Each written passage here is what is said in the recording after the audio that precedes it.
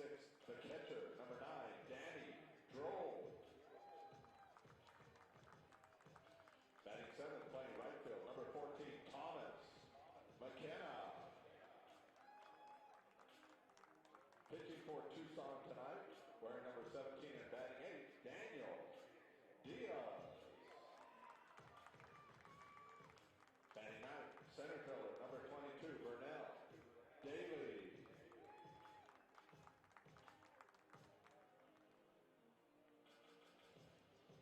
Ladies and gentlemen, at this time we ask that you please stand and remove your caps as we honor America with the singing of our national anthem. Tonight, leading us in the singing of the Star-Spangled Banner is Darwin Hall.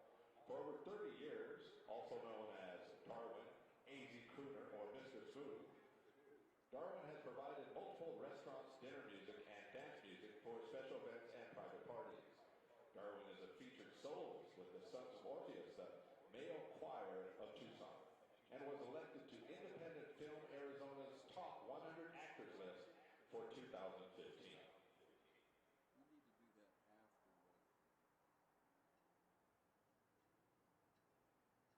Oh, can you see by the dawn's early light what so proudly we hailed at the twilight's last gleam, whose torchlight and bright stars through the perilous fight.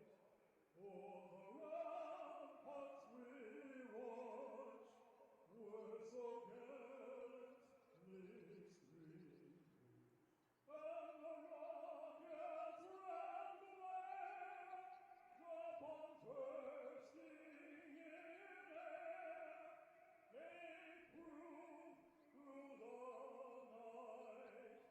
that our flag was still there. Oh, say does that star-spangled banner yet wave o'er the land of the free and the home of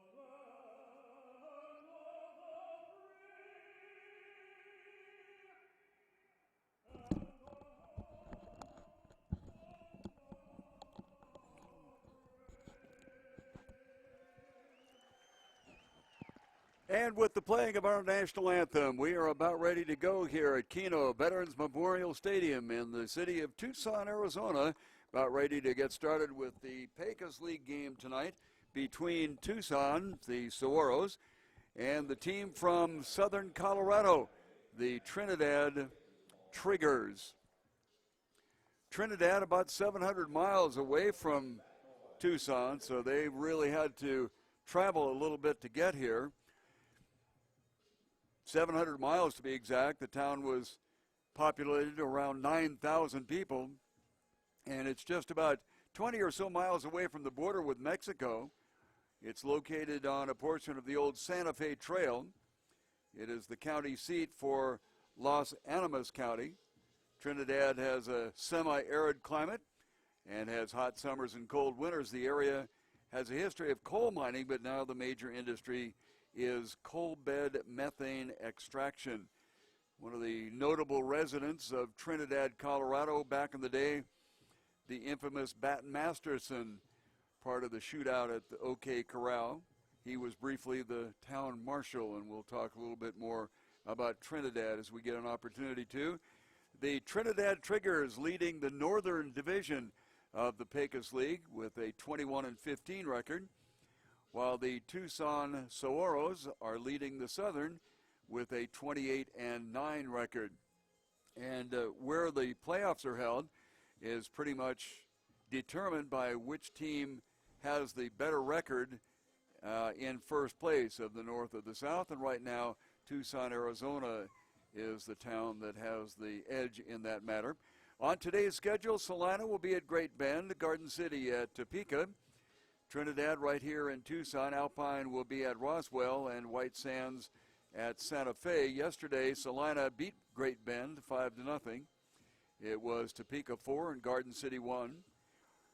Roswell 26-5 over Alpine, and White Sands 5-1 over Santa Fe. And of course, last night right here, it took 5 Tucson pitchers, but they struck out 13 Trinidad batters on the way to a 3-2 win last night. So we're about ready to go with first pitch here. Out there on the mound is Daniel Diaz for the Saguaros. At third base is Tanner Geisel. Michael Morris is at shortstop. Devon Poole is at second base tonight. Ryan Retz is at first. And then we'll look around the outfield in just a second. First pitch swinging is hit out towards Burnell Daly in center field. So that will be the first out, first pitch, first everything here as we start things off from Kino, Veterans Memorial Stadium. The outfield, besides Burnell Daly in center field, we've got Adam Urbania in left field, and Thomas McKenna is in right field. Behind the plate tonight, Danny Droll. And on the mound, big number 17, Daniel Diaz, big left-hander, is in his windup, and it comes to the plate a fake bunt there, and it is a ball called. Trevor Seeley coming into the game batting .429. He was the only one that had a successful day at the plate last night. He was 2 for 3 against the Saguaros. 1-0 pitch swung on, fouled straight back, and the count will go to 1-1.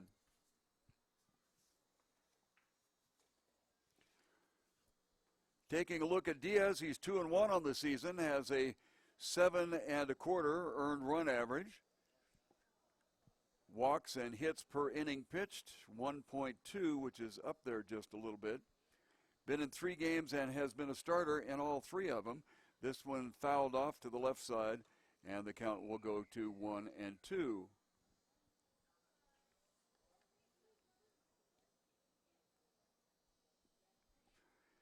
Daniel is from San Bernardino, California. Left-hander, 25 years of age. And this is his 4th start of the season. And as I mentioned, he is 2-1. 1 ball, 2 strikes from the left side to the righty, a little bit low, 2-2. 5 Saguaros pitchers last night. They all did a pretty fine job. They got 13 strikeouts overall. Daly will be targeted once again in center field, moved a couple of steps to his left and grabbed the high fly ball. So Mr. Daly earning his keep so far. 2 struck balls and 2 outs to the center fielder. Eric Williams stepping in there, 0 for 2 last night, batting a tick under 300. Steps in from the right side. Eric was in the Milwaukee Brewers organization at one time. Very nice and lazy strike call by the umpire.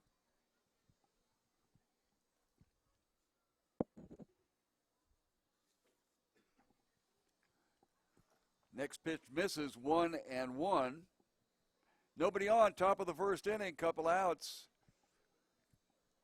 I realize that people are not listening to this in their cars, but if you happen to be listening and nearby, beautiful mild evening tonight. Had a lot of cloud cover today. Actually had a couple of spritzels and sprinkles coming down. And they are expecting some thunder showers tomorrow. 97 degrees as we start off. And that catches the outside corner for a called strike. And the count will go even at 2-2 once again. Bunches of 2s across the board. 2, 2, and 2 outs. 2-2, 2 outs. Left-hander, 2-2 pitch, swung on and fouled. Oh, swung on and tipped, and the catcher, Droll, caught it. So that is a strikeout. So the first strikeout of the game for Daniel Diaz. 3 up, 3 down, no runs, no hits, no errors. Nobody left on base. 11 pitches in that inning. So we will mosey off to the Trinidad gang as they go out and take the field, and that will bring in the Tucson Saguaros.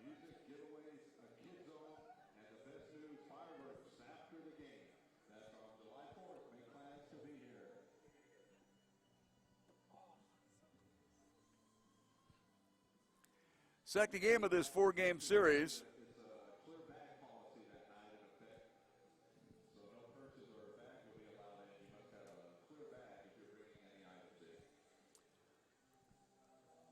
Some of the restrictions tightening down here at Kino Veterans Memorial Stadium based on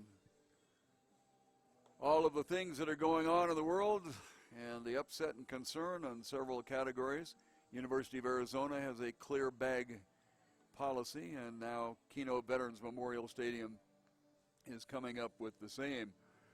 Michael Morris, Devon Poole, and Adam Urbania will be up there.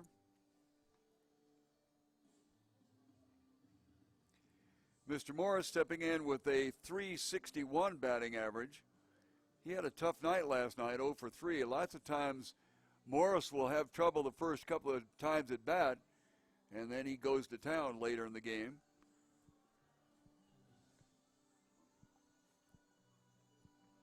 Don't have any information on the pitcher. He was not on the roster coming in. Looks like he's about 6'2", and I'm going to guess maybe 220. Big right-hander warming up out there. Lots of movement here in the Pecos League. These young men looking to move up and around if they can. Our closer, Daniel Hurtado, got a call from Japan and took off last night out of Tucson International Airport. So best of luck to him. Unfortunately, it's kind of a blow for the Saguaros because Hurtado last night recorded his 7th save of the season. 11 pitches in the top of the 9th inning.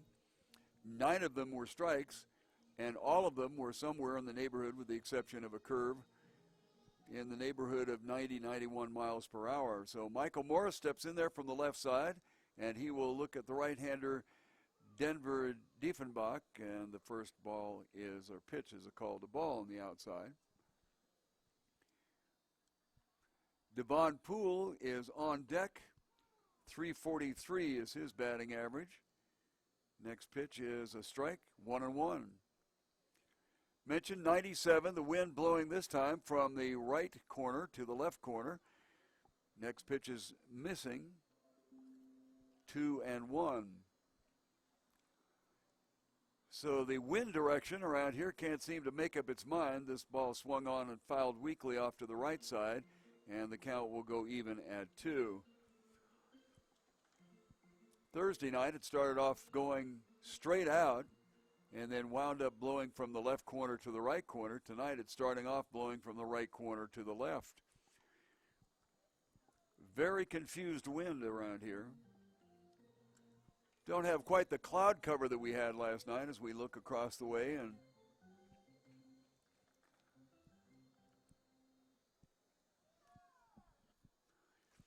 next pitch swung on and hit towards the shortstop, Cheatham. Tough play for Cheatham. Has trouble getting it out of his glove, and he doesn't get it there in time. Edmund came a long way, got the ball in plenty of time, but double clutched at his glove. So the Saguaros have a man on first base.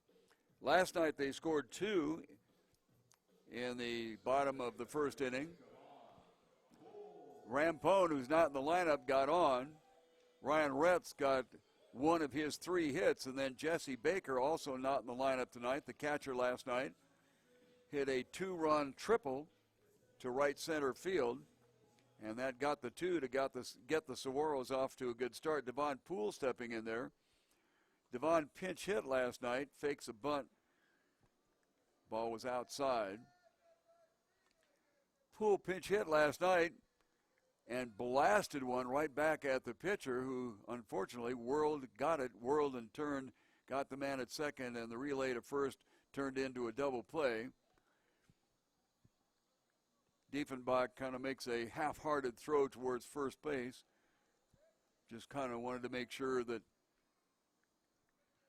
Morris out there knew he was there. Morris has gone 15 times, swung on and hit to third base. Backhanded glove by Nicholson, and he can't hang on to it. So we'll check and see if the official scorer calls that an error or a base hit. Still waiting on it. I would score it an error because he didn't move his feet and get over there, and that's exactly what they call it. So it is an error on the third baseman, John Nicholson, and that will send Morris into scoring position at second base, and that will bring up one of the hottest hitters for the Saguaros, Adam Urbania. Urbania, unfortunately, had a tough night last night, but he's still batting .423 overall. He was 0 for 4. Right-handed thrower, left-handed batter. And so right away, Diefenbach is in trouble. This one swung on and lifted to the left side, and it'll make the seats and out of play for strike one.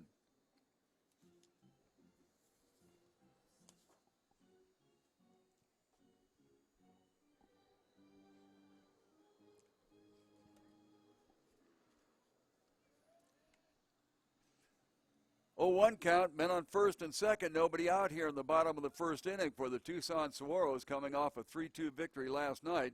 This one misses low and outside, and the count is 1-1. So we have the batter 11, Adam Urbania, left fielder. 1 ball, 1 strike. The only thing that's missing is a 0 in the outs column as far as Trinidad is concerned. At the set, the look back to second, and comes to the plate, misses low. 2-1. As I mentioned, Saguaros got on board early last night, a 2-run triple by catcher Jesse Baker, bottom of the first inning. Then Tucson followed up with a single run on a throwing error in the second inning, and the rest of the way the Saguaros were shut out. But they made it work. Catches the outside corner. We're going to have to wait on this umpire. He takes a long time to come up with the right hand. Anyway, the pitchers held the line last night. Workowski recording his 6th win of the season. He was followed by Aaron Smith. Misses outside, and the count will go full. Be interesting to see with Urbania's ability to control the bat, whether they send the runners. Probably won't do it, not so much from whether he can hit the ball or not, but because he's a left-hander. Inside goes all the way to the backstop. Catcher gets back and gets it, but no really big rush. So we've got them loaded up here. The Saguaros loaded them up in the 4th inning last night with nobody out, unable to do anything with it. Anyway, to finish out the pitching rotation last night that recorded the victory, Workowski started at Aaron Smith, followed by Robbie Romero, David Robles, and finally Daniel Hurtado. Hurtado getting his 7th save on the season, and that will be his last of the season because, as we mentioned earlier, he got on a plane and went to Japan. His agent found him a spot over there. Daniel has been a longtime pro. He's like 25 years old now. He signed at age 16 in the Latin American area. Curveball misses high. Retz really wore out Trinidad pitching last night as he was 3 for 4. Big first baseman standing up there with an open stance, bases loaded and nobody out. Bottom of the first inning, swung on and hit foul down the left side. 1-1.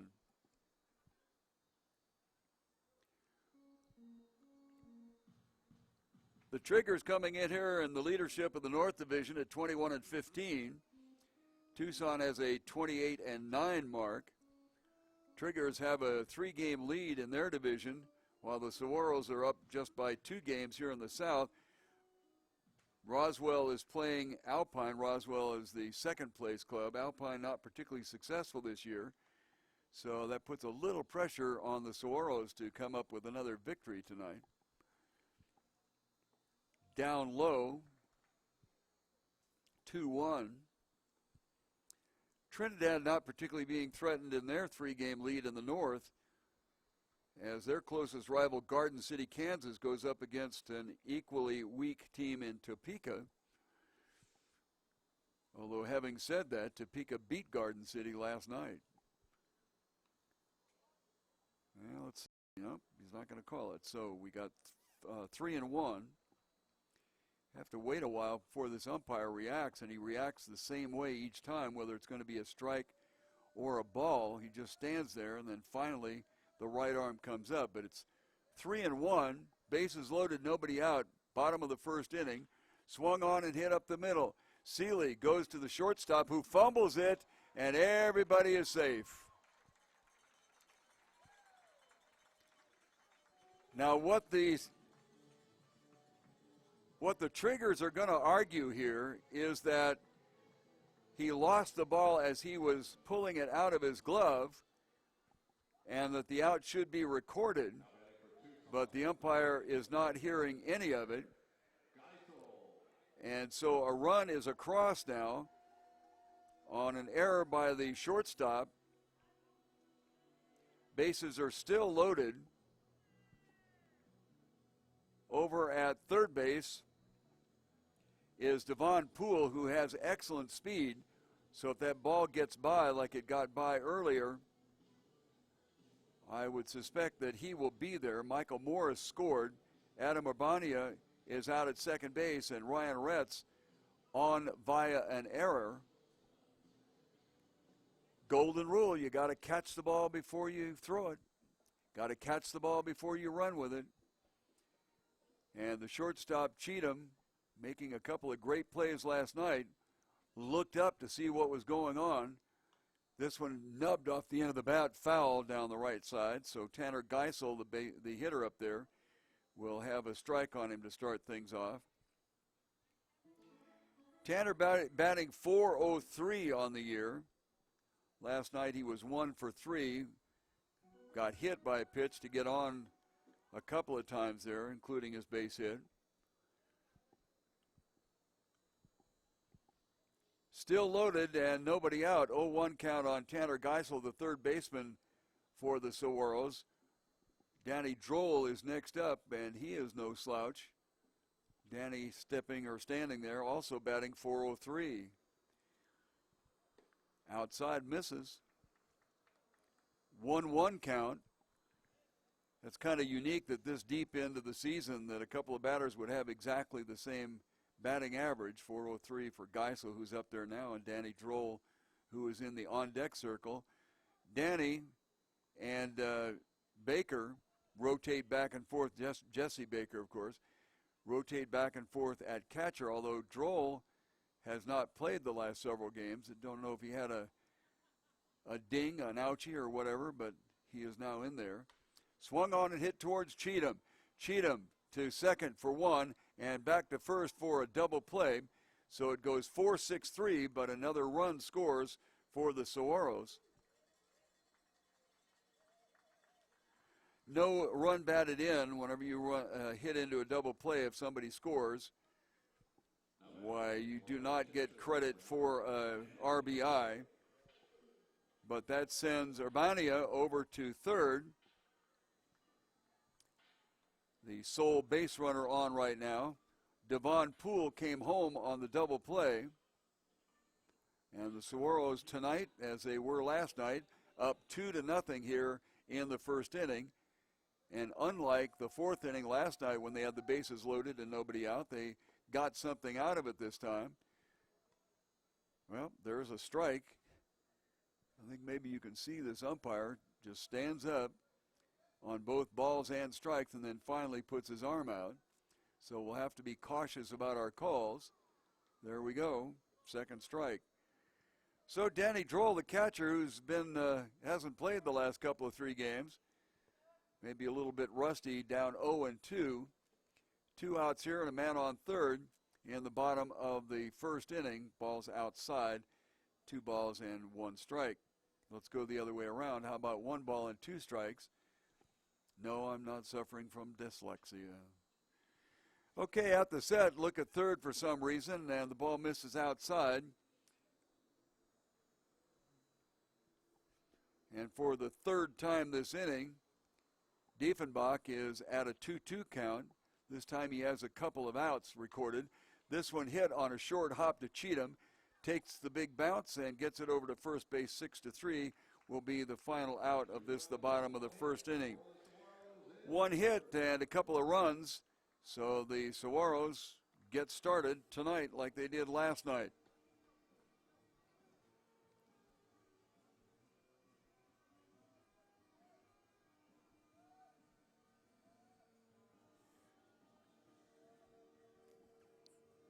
"27 pitches for Diefenbach. He gives up 2 runs.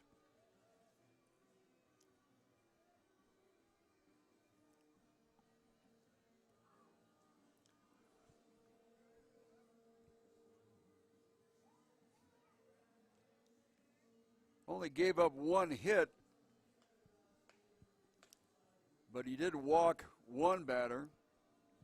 Couple of errors in the inning, and that will do it to you every time. One of the errors on what apparently was going to be a double play ball. And another error on what should have been a force out at third base. Those errors will kill you. But hope springs eternal, and Trinidad will come up in the top of the second inning here. And they will look at batters 3, 4, and 5, Frazier, Baker, and McGee. Only one to have gotten a hit last night was Baker. And both Frazier and McGee struggled mightily, accounting for 7 strikeouts between the two of them. There were 13 strikeouts overall recorded by the Saguaros last night among 5 pitchers. The starting pitcher, Stephen Burkowski, recorded 7 of those strikeouts. And then relievers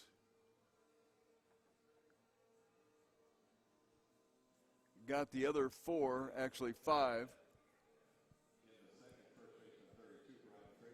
Brian Frazier steps in there batting .391.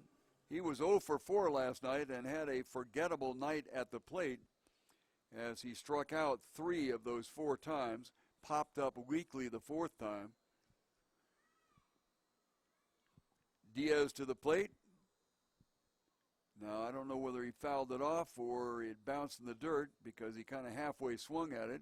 Well, they check at first base and they say no, he did not swing at it, so it's a ball.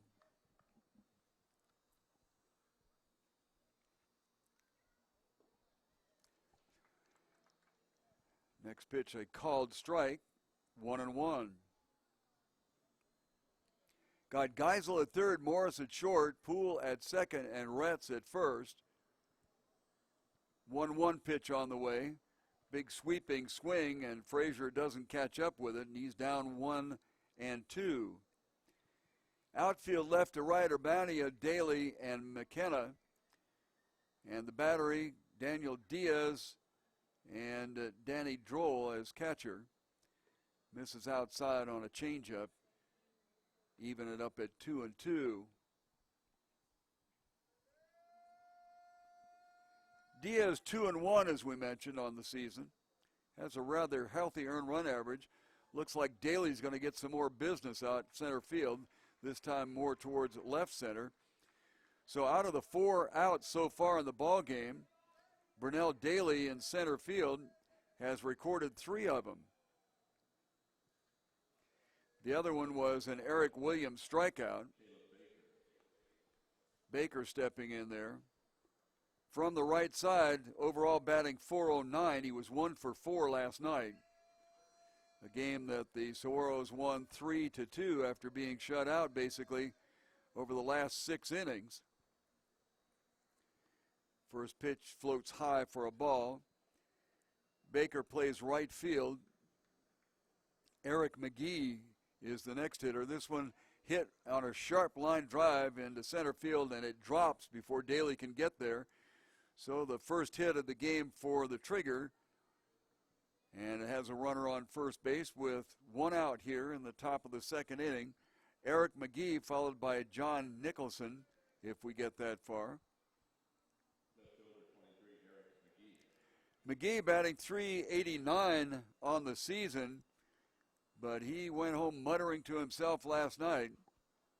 4 strikeouts. I think I told the story last night about the little boy that gets a pencil and gets an autograph from his favorite player at the beginning of a doubleheader. Swung on and missed, actually foul tip down for a strike. The player goes in the doubleheader and goes 0 for 9, leaves 6 guys in scoring position. When he comes out of the clubhouse, the kid asks him for an eraser. I think that might have been the case with Eric McGee. Obviously a robust hitter at 389 overall, and everybody's got to have an off night. That one called a strike. You can hear a groan come out of the Trigger bullpen, and McGee kind of turns around and takes a long, hard look at the umpire. Don't want to get in the habit of that. You watch the big leaguers have their comments to the umpire as they're looking down or clicking at their cleats or something to divert from the fact that they're barking about something. This one fouled off at the plate, and we'll keep that count 0-2. But some of these players in the independent level, not quite as schooled at how to bark at an umpire without showing him up, and that's the one thing that umpires will toss you for, is trying to make them look bad. Left-hander against left-hander, 0-2, swung on and missed, and that is the 5th strikeout in a row for Mr. McGee. John Nicholson is the next hitter. 371 is his overall average. He was 0 for 2 last night. Trigger only got 5 hits last evening. Got a couple of runs across because of it, but they needed 3 or more to keep things going as they lost 3-2 last night. But they held on to their North Division League lead. Outside corner called strike to Mr. Nicholson because Garden City lost in their game. They lost 4-1 to Topeka. Topeka is at the bottom of the North Division standings. Left-hander Diaz set. The runner goes. Throw him out at second base, but there's an error. Morris got a late break coming towards the bag. The throw was just a bit low, and they're going to call that an error on Rentz for the low throw that Morris could not handle. So chalk up an error for the Saguaros. There was no pitch there. The runner was going, was Caleb Baker, and they had him picked off. This one, a high chopper to Tanner Geisel at third. Gets it over to first, and that will be the 5-3, third out of the inning. No runs, 1 hit, 1 guy left on. After 1.5, it is Tucson 2 and Trinidad nada.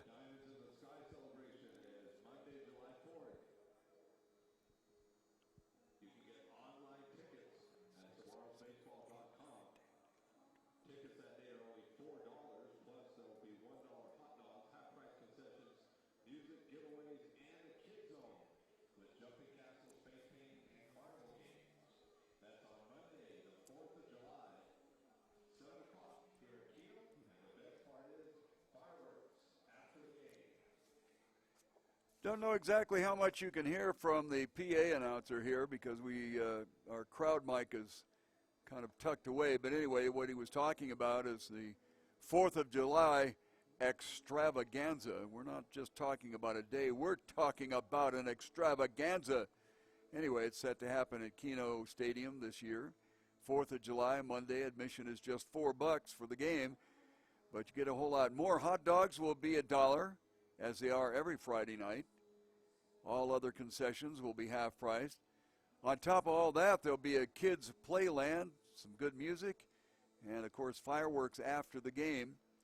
So we'd invite you to come on down, make your plans now to join us at Kino Stadium for the Tucson Saguaros baseball and much, much more on July the 4th. Got to have fireworks on the 4th, don't you?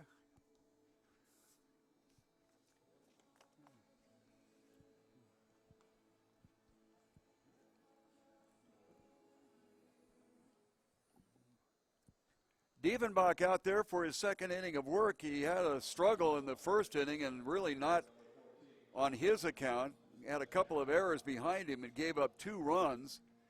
So we'll see for the Saguaros 7, 8, and 9. That's McKenna, Diaz, and Daly. Right fielder Thomas McKenna.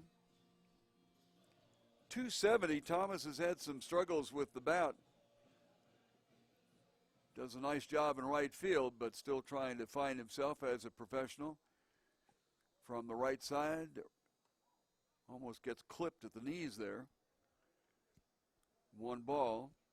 Daniel Diaz, the pitcher spot, will be up. Daniel batting .333, which means he probably got 1 hit and 3 times at bat. Swung on and hit foul down the left side. 1-1 the count. And the third man up this inning is Burnell Daly. He's a little bit under 300, got even more under 300 last night, going 0 for 3. So 7, 8, 9 coming up, wrapped sharply into right field, but getting a good jump on it was Caleb Baker, and he moves forward and collects the line drive out to right field for the first out of the bottom of the second inning. Daniel Diaz from San Bernardino, California. 4th start of the season. He's 2-1.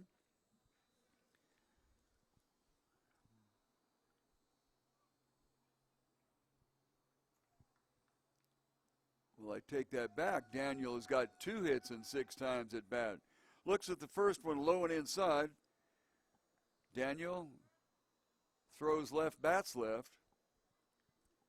Against the right-hander Diefenbach, comes back low.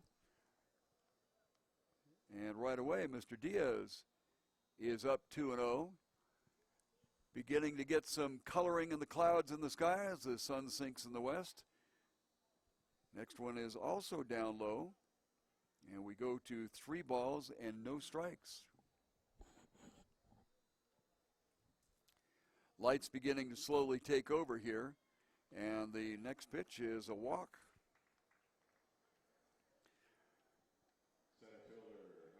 Burnell Daly is the hitter.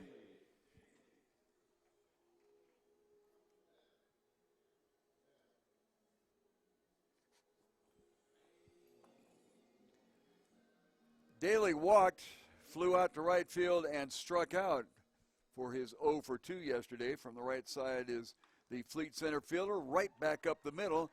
See, I don't think that they're going to try to send the runner first to third. In fact, they throw behind him. But it is a base hit for Burnell Daly, moving Diaz over to second base and into scoring position. And with 1 out, we'll go to the top of the order. Michael Morris, who got a base hit his first time at bat.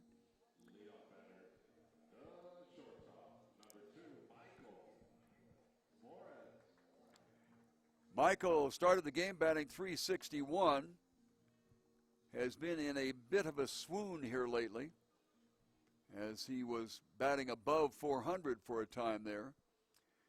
Frazier playing behind Daly at second base. Bunt down the third base line, fielded by Nicholson. The throw late. Well, they're loaded up again. Base hit, single, bunt right down that third base line. And Nicholson a little slow to get there, although the bunt was absolutely perfectly placed. So we got them loaded up here in the bottom of the second inning, just like the bottom of the first, and there'll be a little discussion out at the mound while we wait for Devon Poole to come up. Devon got on with one of the 2 errors that given up by Trinidad in the bottom of the first inning that got 2 runs in. So Diefenbach really has not pitched all that poorly, although he did give up 1 walk there in the first inning. But you got to have help in the field, not only from a physical standpoint, but also from a mental standpoint. Nothing kills a pitcher than setting up a batter beautifully and then having him hit a weak ground ball somewhere and the ball not be handled.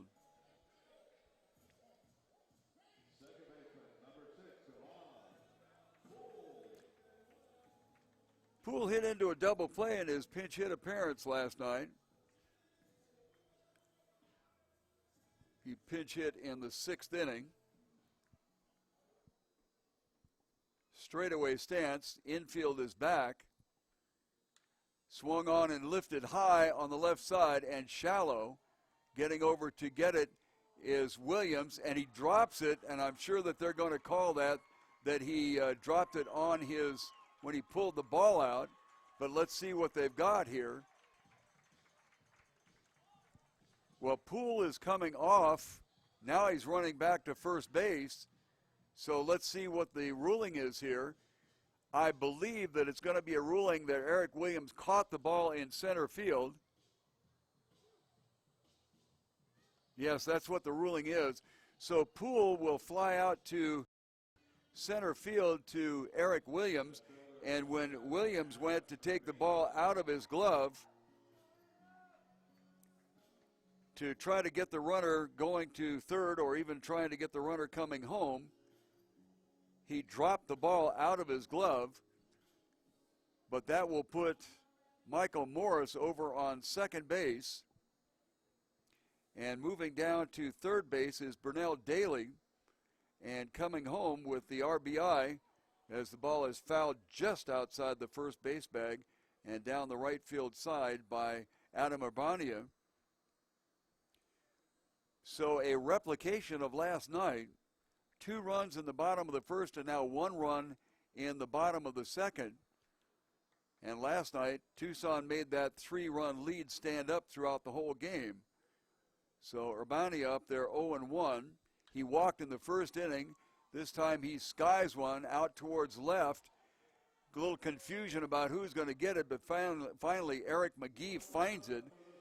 And that is a fly out to left field, 3rd out of the inning. But a run comes in, and the Saguaros go up after 2, 3-0.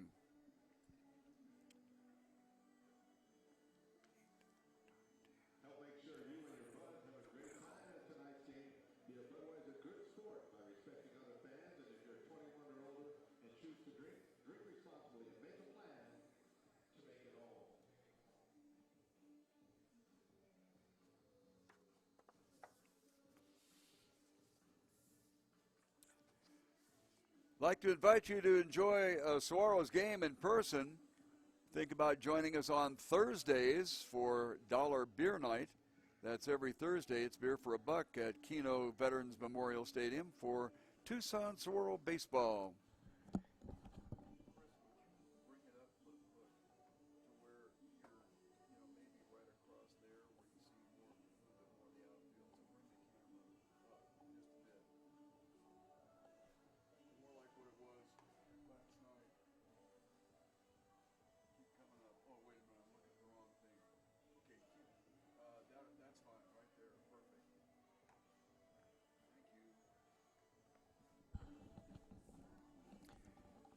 Appreciate you joining us along the internet tonight. Kind of a mild night as things have gone recently here in Tucson, Arizona.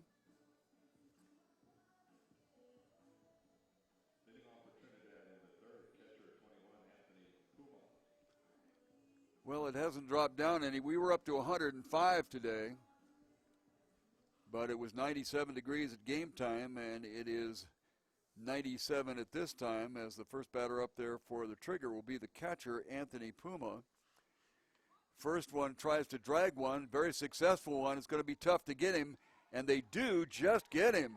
An outstanding play coming off the mound by Daniel Diaz, and his momentum carried him into the baseline. He made an excellent throw just over the shoulder of the on-rushing Puma and got him at first base by a step.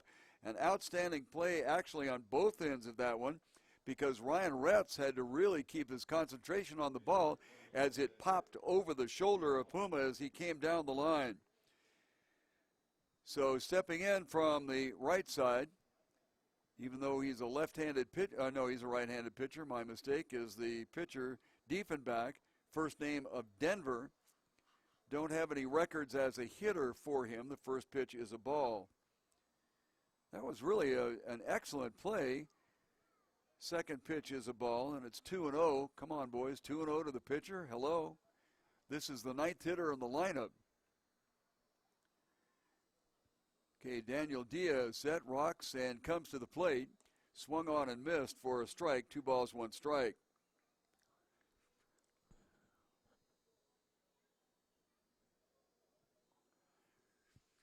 Well, I'm guessing I'm going to have to correct myself there. I called one ahead of time. This one is swung on and missed. So it's 1 ball and 2 strikes. Have to remind myself to wait for this umpire. He has the same posture after every pitch no matter what. And if I don't wait long enough and look down, I miss his stand-up right hand going out. 1 ball, 2 strikes. This one fouled off. So we'll go to the 6th pitch of the at-bat. Infield for the Saguaros. Geisel, Morris on the left side. Poole and Retz on the right side. Everybody back deep.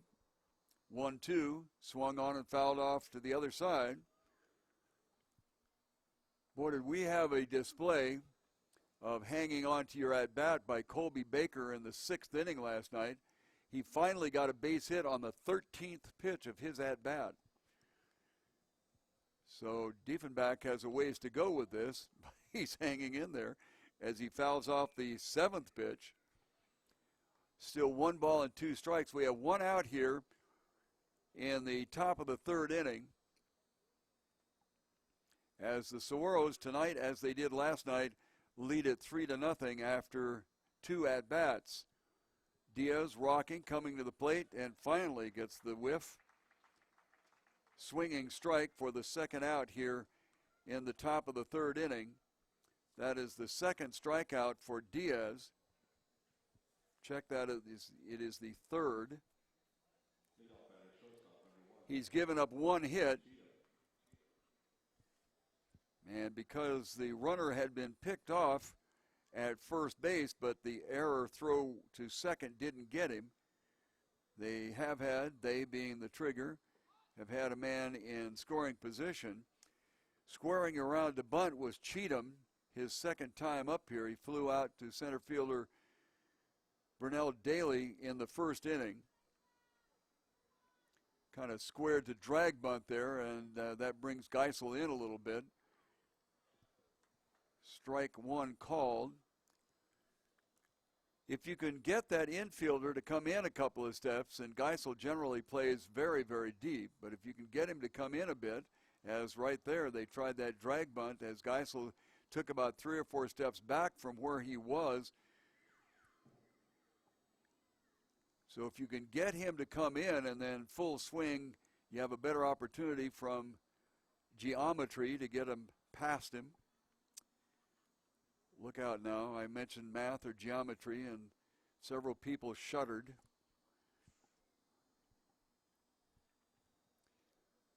One ball, 2 strikes, 2 outs here in the top of the 3rd inning. Trinidad trailing 3-0.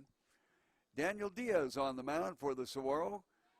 Swinging strike, gets away from the catcher, Droll, and he fires it down to first base. And the first baseman, Retz, thought he still had it in his glove and started to head to the dugout, but it got away from him. And that's pretty much the same problem that happened when they got that out. When Puma bunted, Droll had to throw it right over the shoulder of the runner and got him, but this time, throwing the ball right over the shoulder, it popped out from behind, and Retz couldn't hang on to it, so there's a runner at first base in the form of Edmund Cheatham, and 2 outs. So the swinging strike at a ball in the dirt got away from the catcher, Droll, and the attempt to throw the runner out at first went awry. Couple outs, man on first, pitch swung on and hit towards the hole and through. Seeing eye base hit as the shortstop, Michael Morris, does an excellent job of looping around and covering third, and that will keep Cheatham at second base as Urbania gets over quickly and gets the ball back into the infield. So some nice heads-up play, quite frankly, by Michael Morris, who was going hard to his right. Now, the general rule of thumb is to have the third baseman cut off anything that he can to his left, and that's exactly what Geisel was trying to do. However, he didn't get there, didn't get the ball, and that left third base open momentarily until a very heads-up play by Michael Morris covered the bag and held the runner at second. Eric Williams is the batter. He struck out. An attempt pickoff at second base is thrown behind the second baseman covering Poole, and that will be an error, getting the runner over to third base, second and third now. So we'll go E1 on that one as they both move up. And now with 2 outs, the trigger in a situation where a base hit will bring 2 around, and Eric Williams apparently is the guy that can achieve that. He's just batting under 300, did strike out in the first inning. Pitch on that outside corner for a called strike.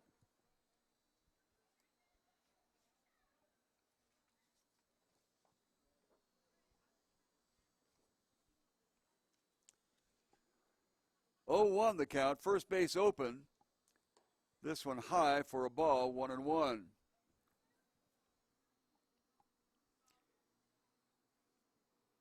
Eric Williams has 23 RBIs on the season in only 57 at-bats, so that's not too shabby. So he's a danger up there, of course, as the third hitter. Hit right back up the middle, a high hopper to Devon Poole, grabs it and gets rid of it quickly.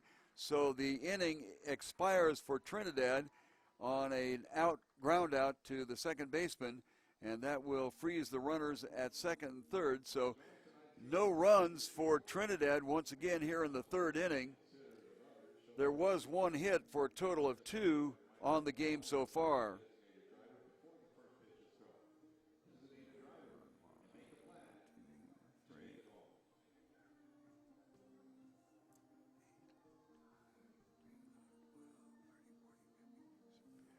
"17 pitches in the inning, 41 overall for Daniel Diaz, has 3 strikeouts through 3 innings.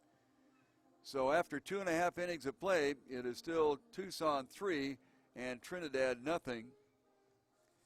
Kind of an interesting thing. I looked up Trinidad because I wanted to see where they were. They are about 700 miles from Tucson. Not a very big town, only about 9,000 folks, and they are just 20 or so miles north of New Mexico. They were part of the old Santa Fe Trail way back in the day. Mentioned Bat Masterson, one of the participants in the OK Corral. He was the town marshal for a while, and writer Damon Runyon coached the town baseball team for a short time. Then here's really something very interesting. Trinidad in the 1970s through the end of the century was known as the sex change capital of the world.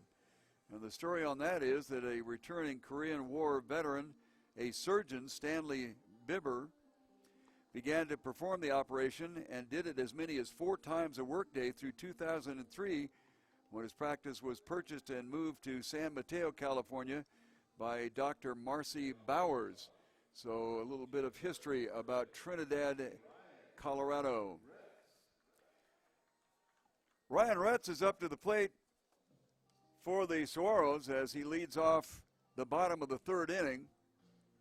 Ryan, a good night last night, 3 for 4. Got on an error in the first inning. That was all part of that bases loading as Ryan kind of makes a half-hearted swing at one low in the dirt. And I would suspect just by his body language he would love very much to have that ball back, or that swing as it were.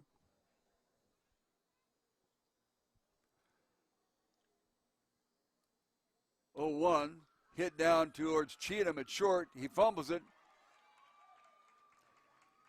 So Retz, for the second time in a row, gets on by way of the error of the shortstop, Edmund Cheatham. Cheatham made a couple of beautiful plays last night, but for some reason tonight he appears to be thinking too much.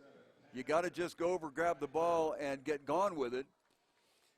And on both occasions, that he made errors, both of them on Retz. He looked up to see what was going on before he was able to get a hold of the ball and do what he needed to do with it. So a man on first, the leadoff hitter for the Saguaros here in the third inning.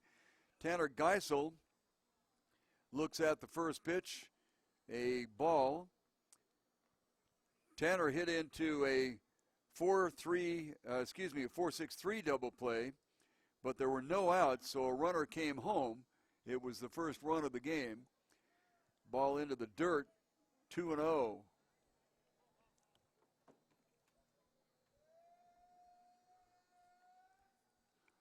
Little activity out in the Trigger bullpen, but it's a right-hander, and every time he throws, he has his back going the other way.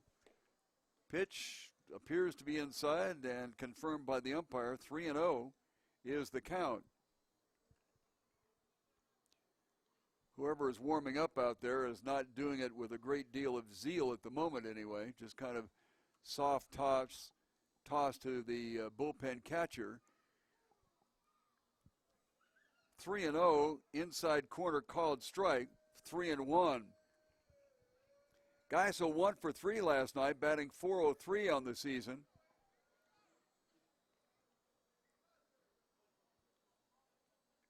Joined the team on the road a couple of weeks ago, and right away was a hitter.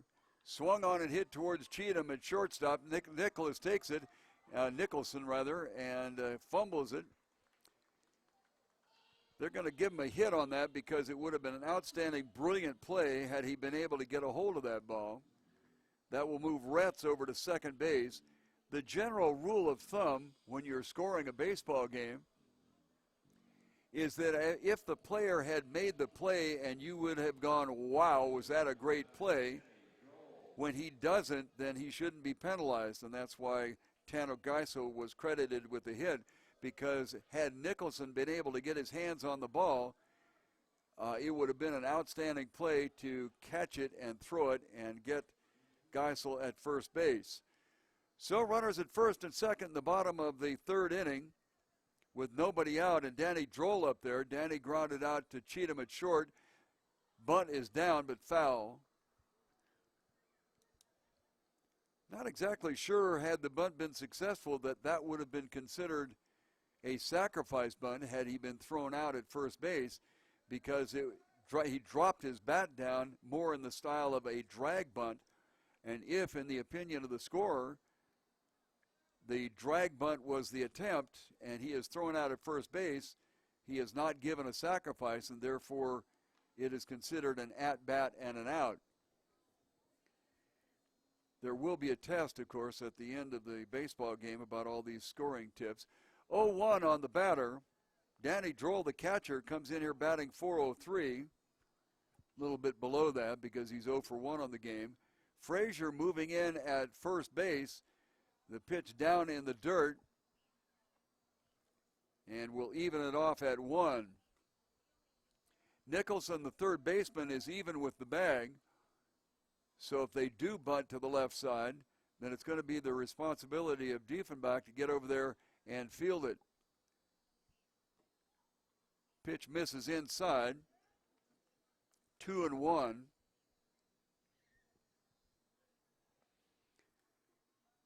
Retz is out at second base.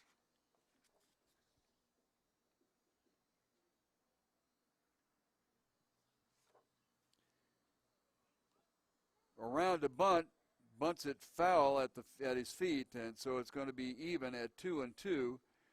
Once again, you cannot offer out at the ball when you're trying to bunt. What you need to do is basically just catch it with the bottle end of the bat. So a 2-2 count on Danny Droll. Ryan Retz is a bit of a threat to go. Swung on and hit towards an open hole as Cheatham was headed over to second base to cover the bag. And all the way around from second base will be Ryan Retz. So, boy, Droll placed it in exactly the perfect location as Cheatham was headed towards second base. And now he's going to go in and have a discussion with Diefenbach about not throwing to the plate when the shortstop is over there covering. Quite frankly, with a right-handed hitter, it should be the second baseman that's doing the harassing of the man at second base and not the shortstop, just for that reason. But as it turned out, fourth run scores there for the Saguaros, and they're ahead 4-0 here in the third inning. Geisel around to second base, and Danny Droll on with a base hit.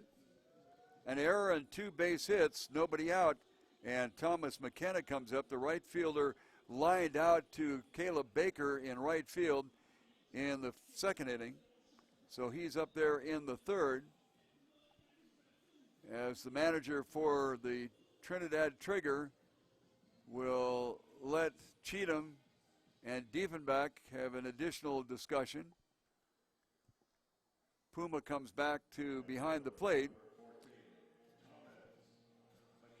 Still nobody out here in the bottom of the third inning. McKenna hit the ball well in his first at bat, but it was right at Caleb Baker. McKenna was 1 for 3, so his batting average upticked to 270 to start the ball game. Right-hander against right-hander.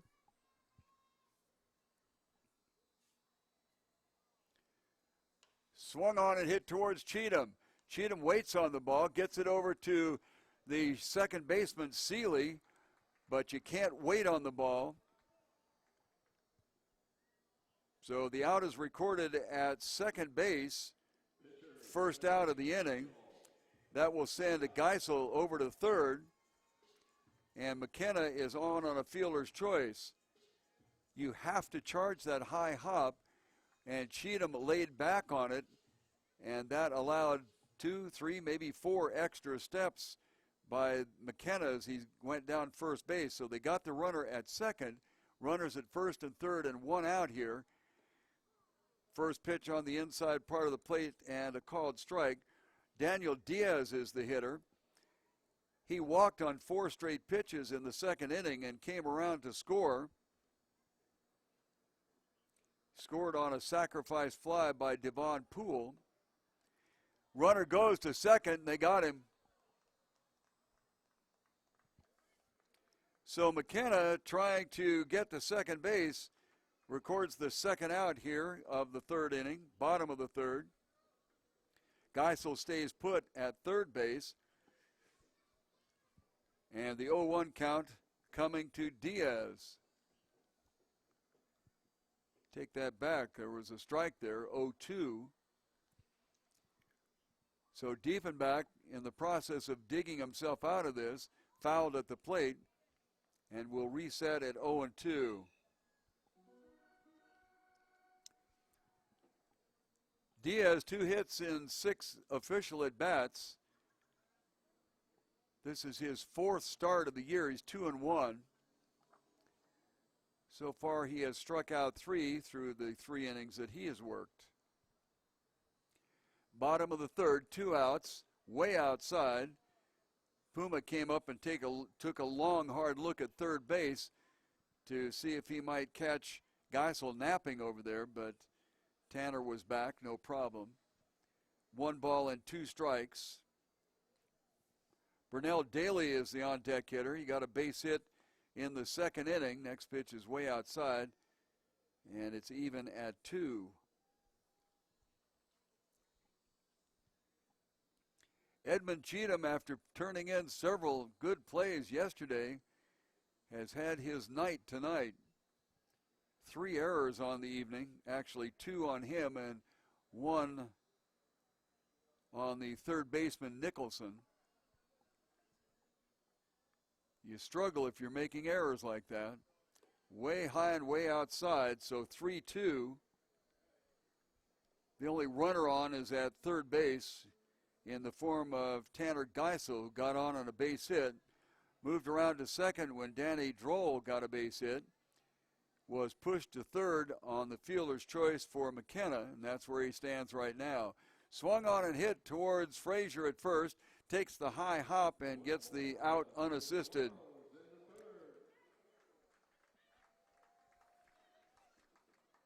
So Tucson plates another one. It's 4-0 after 3 full innings of play. In that inning, a couple of hits for a total of 5 on the game so far for Tucson. And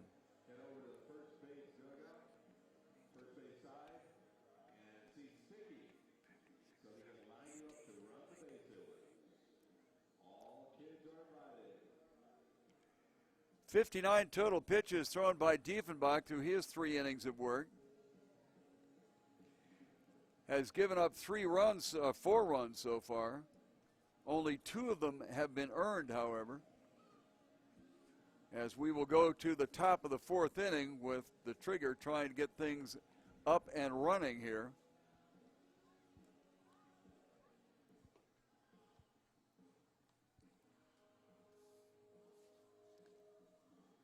We mentioned the 4th of July. By the way, if you are joining us in Trinidad, you're invited as well. I'm just saying. You can enjoy Fridays at Kino Stadium for exciting Tucson Saguaros baseball, and we have a drum roll, please. $1 hot dog night. That's right, just $1 a dog, and baseball too. And that would be every single solitary Friday night. It'll be $1 a dog on the 4th of July. Love fireworks shows. One of these days I'm going to get in a small plane and go over a major metropolitan area where they have a ton of fireworks shows and watch it from the sky. That ought to be totally cool. Top of the 4th inning, Brian Frazier will be followed by Caleb Baker and Eric McGee. 1 hit amongst the 3 of them. Baker got 1 back in the 2nd inning. Frazier flew out to Burnell Daly. Kind of a funny way to start the game. Out of the first 4 outs, Daly scored 3 of them in fly balls to center field. McGee struck out, and you got to feel it for Eric McGee. The strikeout in the 2nd inning was the 5th consecutive strikeout that he has had. He was 0 for 4 last night and struck out all 4 times, and then he comes up with the first strikeout of this game. So I don't want to root so much for anybody, but I kind of rooting for Eric to get a base hit, for crying out loud. First pitch is a ball to Brian Frazier. Frazier, the first baseman, as I mentioned, flew out to Daly, swung on, pounded like a bunt.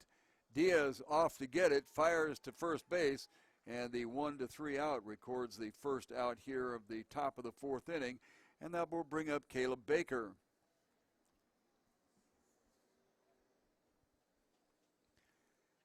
Baker was with Trinidad last year. Right fielder number 5, Caleb Baker. Baker with McGee on deck. Geisel kind of sneaks in because he remembers that Baker tried to put down a bunt last time out. First pitch is a strike. Now Tanner wanders back at third base. Swung on and belted to center field for a base hit. So that will put a runner on with 1 out here in the top of the 4th inning with Eric McGee. And I'm going to indicate that I'm here in Tucson. I do the play-by-play for the Tucson Saguaros. So right now, Mr. McGee needs to strike out once again. But quite frankly, in my heart of hearts, I hope the young man gets a base hit. 5 strikeouts in a row can get you muttering to yourself. Not that I've ever been there myself personally. Whew. Let me tell you about it. First pitch swung on, a wrap foul down the first base line. 0 for 32.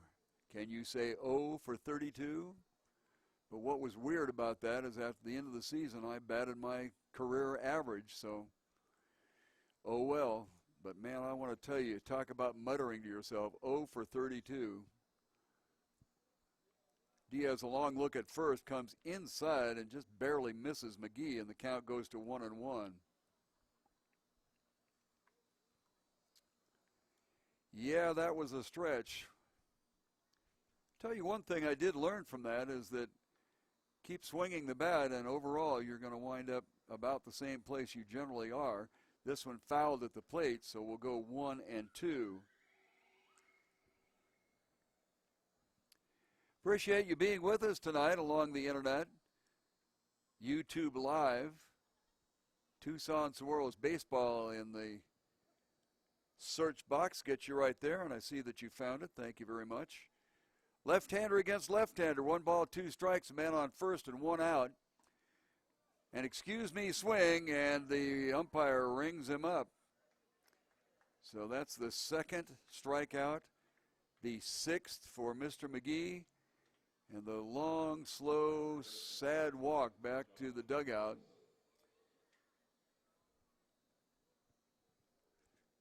John Nicholson, the third baseman, is up for the trigger. He grounded out to his counterpart, Geisel, at third base in the second inning. Swung on and hit rather sharply out to Michael Morris, who picks it up and gets it the short way over to Devon Poole at second base. And the fielder's choice out will end the inning. No runs, 1 hit. That marks up the third hit for the trigger.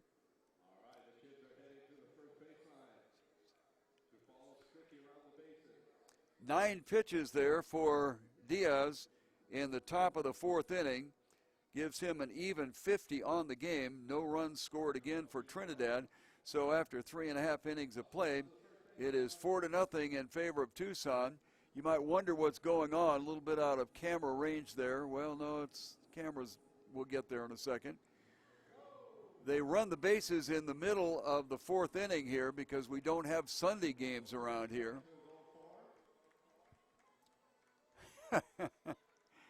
This is such a big deal for the kids. It is just amazing to me that this is one of the thrills of all time.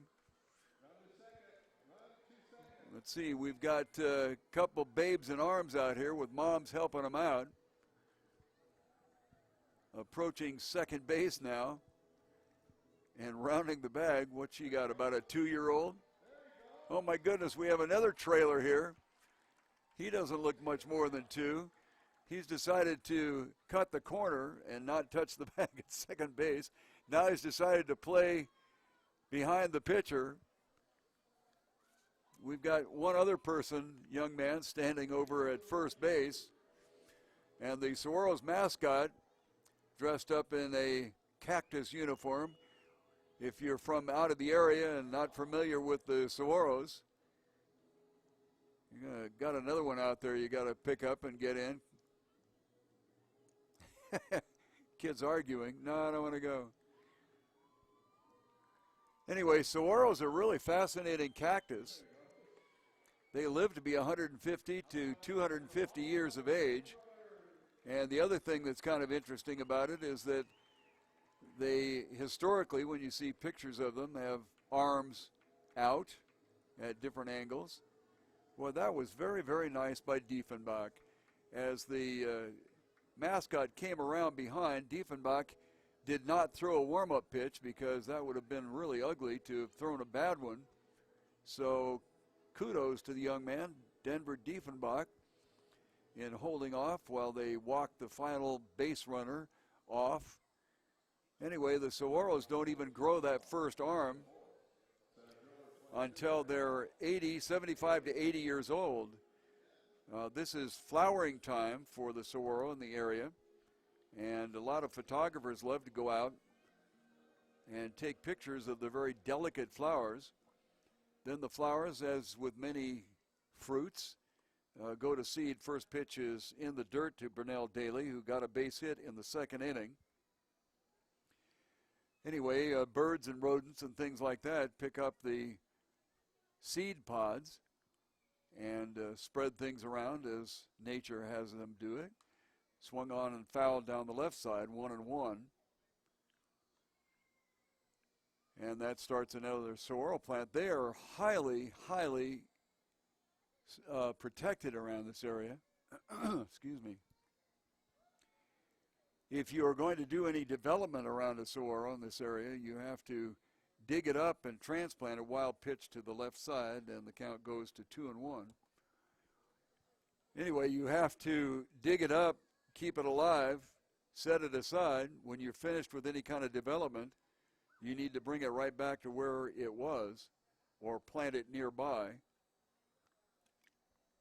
2 balls and a strike, swung on, fouled off to the right side, and we will go even at 2. So very, very interesting plants. They have the Saguaro National Park here as well. A visitor center and hiking paths so you can see them up close and personal. Swung on and missed for a strikeout. And that is the first strikeout recorded by Denver Diefenbach, the trigger pitcher. Well, Michael Morris stepping in there. The shortstop for the Saguaros went 0 for 3 last night. But he has come right back onto the hit parade, so to speak, and he's 2 for 2 tonight. Base hit and scored in the first inning.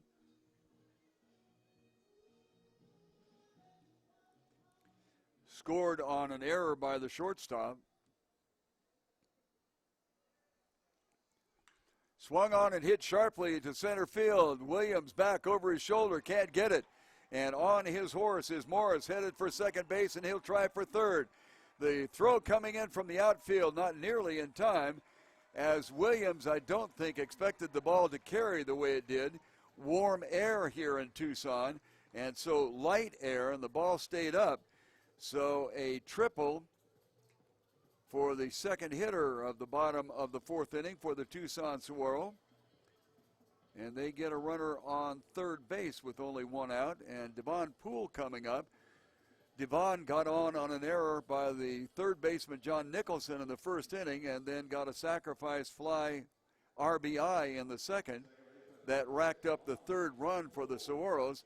They added another one in the third inning. We're now in the 4th, and Tucson leads 4-0.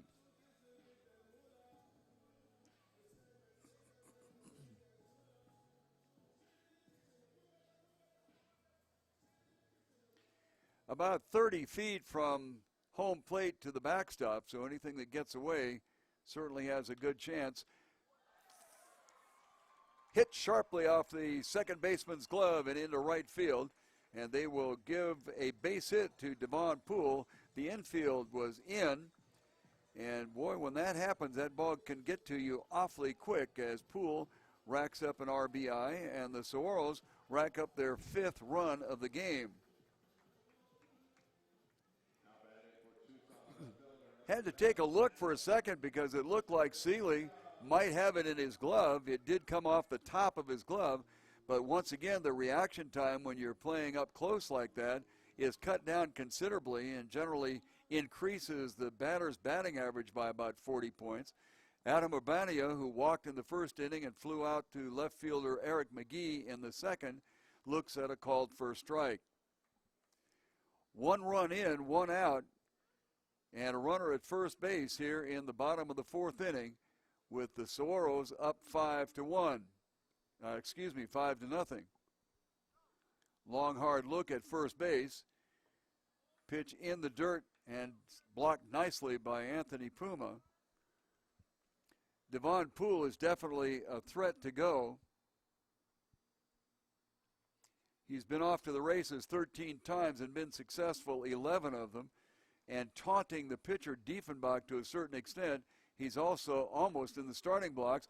This one hit right up the middle, comes off of the pitcher's mound, goes high into the air, and the shortstop, Cheatham, can get over and get it and throws him out at first base. Well, there's a discussion now between the home plate umpire and the first base umpire. Not exactly sure what that would be.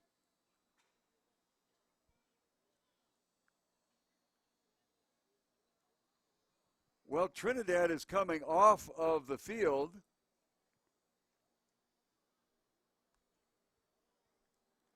So what do we have here? Because it came off the pitcher's mound and was caught in the air, then it is a line out to the shortstop, who then threw to first base and got the out there. So it is a double play. The ball, when batted, hit the pitcher's rubber and went straight up in the air. Now they're having a discussion as to whether it came off the pitcher's rubber, which then would negate the double play, or if it came off the pitcher's foot. If it came off the pitcher's foot, the double play will be in effect.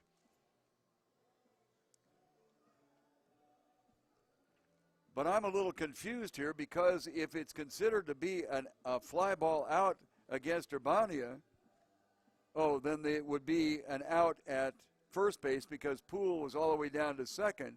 Umpires now down the first baseline having a discussion. So here's the discussion.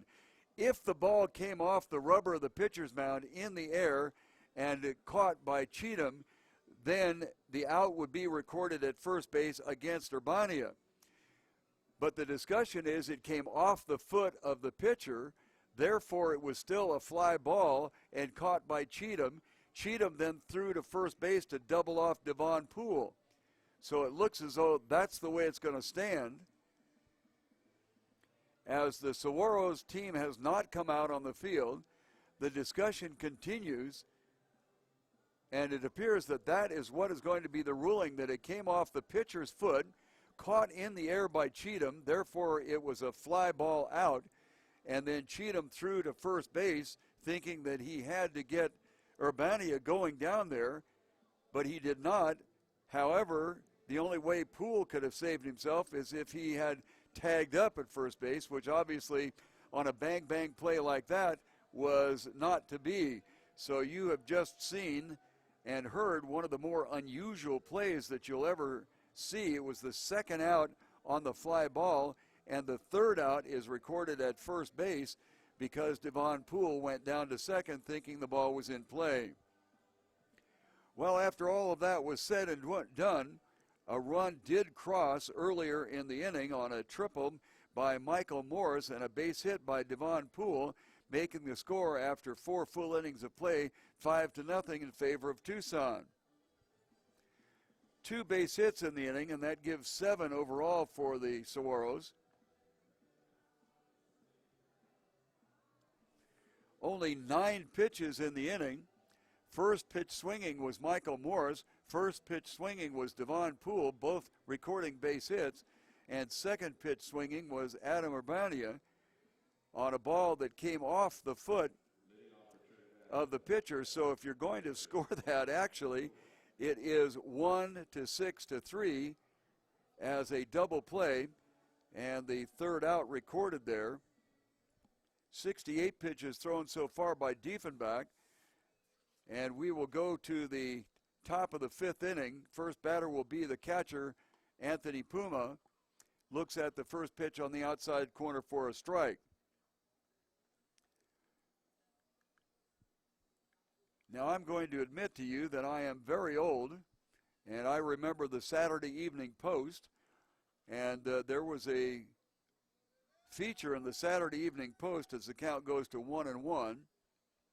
This one swung on and fouled off to the right side. There was a feature in the Saturday Evening Post in which they called "You Make the Call," and they would describe something that happened in a baseball game, and then you had to make the call, whether, whatever it was. And that I remember from years and years ago. Late swing on that one, and the count goes to 2-2. Well, I must have missed a pitch in there. It's a strikeout. My apologies to you.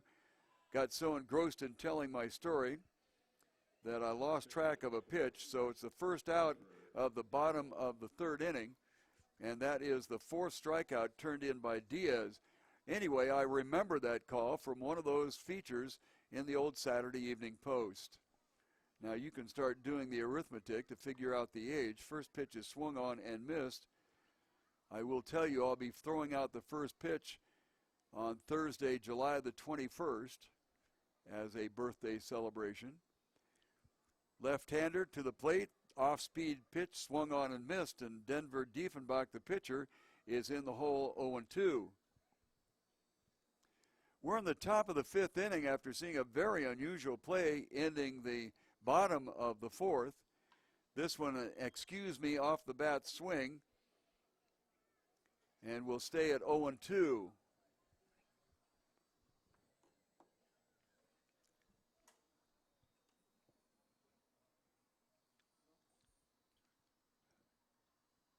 Temperature continues to drop a little bit here as the pitch is swung on. Oh, my goodness sakes. Give me a break here. The pitch is swung on and dropped by the catcher, and then Diefenbach and the catcher kind of did a right side, left side, can you tag me, can you can't. Finally, Danny Droll did put the tag on him, and that is the 5th strikeout turned in by the big left-hander for the Saguaros, Daniel Diaz. Diaz 2-1 on the season, trying to get his 3rd win here, and has the 2nd out at the top of the 5th inning. And speaking of the top, we'll go to the top of the order. Cheatham, first pitch swinging, gets it on the ground out to Michael Morris. Morris over to Retz, and that will be a 1-2-3 inning. Gotta love baseball, all the interesting things that go on, the game within the game, and the fact that you can actually have a conversation with your neighbor sometime because it's not going so terribly fast. 3 up and 3 down, no hits, 3 hits overall for Trinidad. As we go to the bottom of the 5th inning after 4.5, it's Tucson 5 and Trinidad nothing.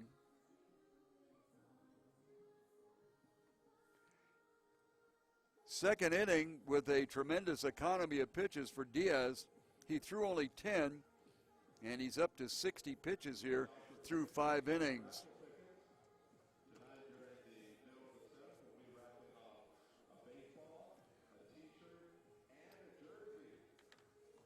Sure appreciate you being there. If you're in the Tucson area, please kind of mark down this as something to do. July the 4th, we will have a ball game, special admission price, $1 hot dogs, 50% off concessions, all of that with the kids' playground, music, and, of course, fireworks after the game. That's on Monday, July the 4th.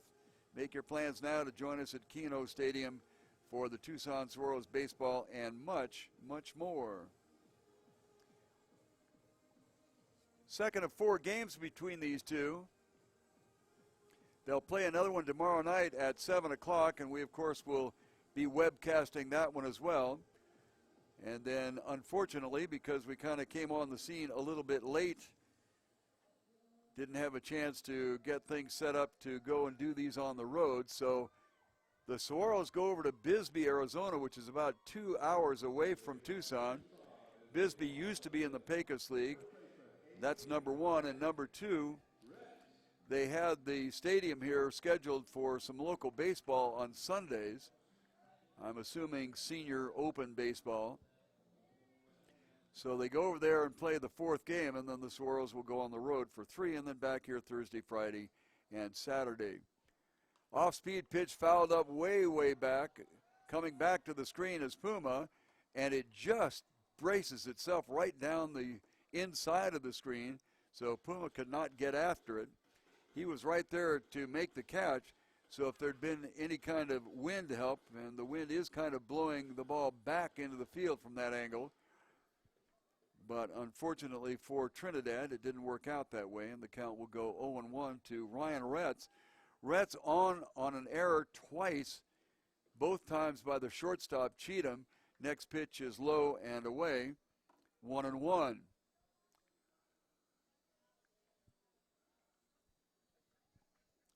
Wind and the pitch, swung on and lifted to the right side and out of play.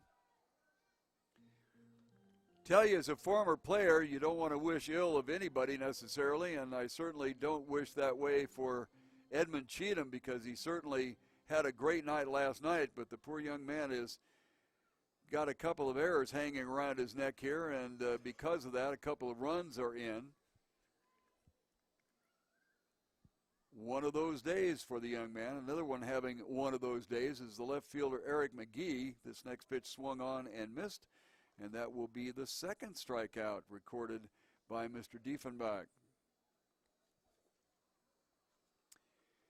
Eric has been up to the plate here in this series 6 times and has gone back down and sat down all 6 times via the strikeout route. Tanner Geisel steps in there. Started the game at 4:03, hit into a double play in the 1st inning, and got a base hit in the 3rd. the Saguaros have put something on the board in all three, actually all four of the first innings. First pitch is a ball. They got two in the first and then single counters in each of the second, third, and fourth. 5-zip. They are up right now on Trinidad. Off-speed curveball catches that outside corner, and it is 1-1. I guess saying off-speed curveball is kind of redundant, isn't it? Any curveball is going to be slower than any fastball. Swung on late and missed. 1 ball and 2 strikes.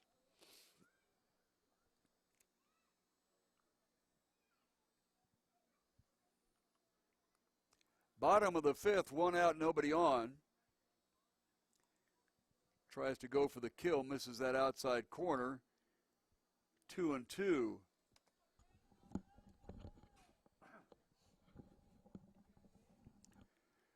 Two pitch set to come your way. Long hard look from Diefenbach, finally into the windup. Gets that outside corner for a called strike 3. So all of a sudden, in the last 2 innings, Diefenbach has found his strikeout rhythm and has collected 3 strikeouts in the last 2 innings, 2 of them here in the 5th. Before that, no strikeouts, and unfortunately for Denver, not much help behind him, as the Trigger have committed 3 errors so far in the game. First pitch is a called strike to Danny Droll. Droll grounded out to the shortstop Cheatham in the first inning, got a base hit and an RBI single, as a matter of fact, in the third. This one wrapped down to Nicholson. Nicholson stays down on it and gets it over to first base, and so an easy 1-2-3 inning here in the bottom of the 5th for the Tucson Saguaros.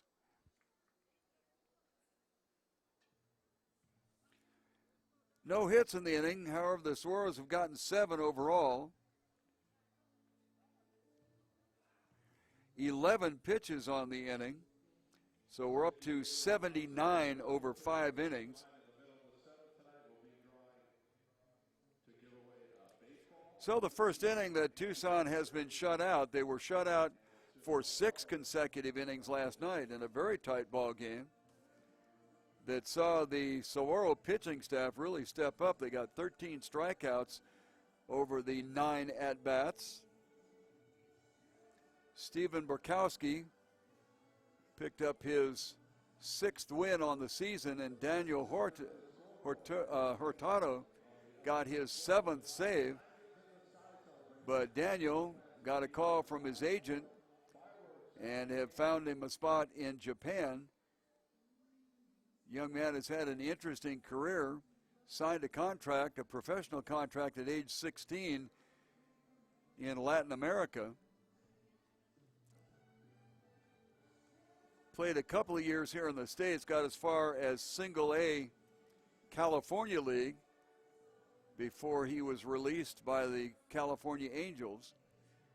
Trying to get things restarted first in the independent Pecos League here with Tucson, and then got the call to go to Japan. So wish the young man well. Seeley, Williams, and Frazier for Trinidad. Seeley has a base hit and a couple of trips to the plate. Flew out to Burnell Daly in the first inning and got a base hit in the third inning. 6th inning. Seeley came into the ball game batting .429. That batting average was upped just a bit as he went 2 for 3 yesterday. Was the most productive Trigger hitter in the ball game last night. That Trinidad lost 3-2. Right down Main Street for a called strike. Sometimes as a non-baseball player, you look at something like that where it's right down the middle of the plate and wonder why did the batter not swing. But if you're looking for something else, you get caught. This one lifted to short right center field. Thomas McKenna got a good jump on it and got over there to pick it off in short right center. First out at the top of the sixth inning, Eric Williams will step in there. Eric, a strikeout victim in the first inning, and grounded out to Poole at second base in the third.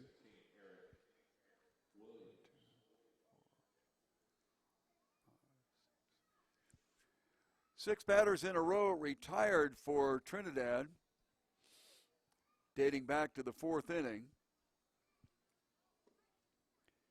Down low for a ball.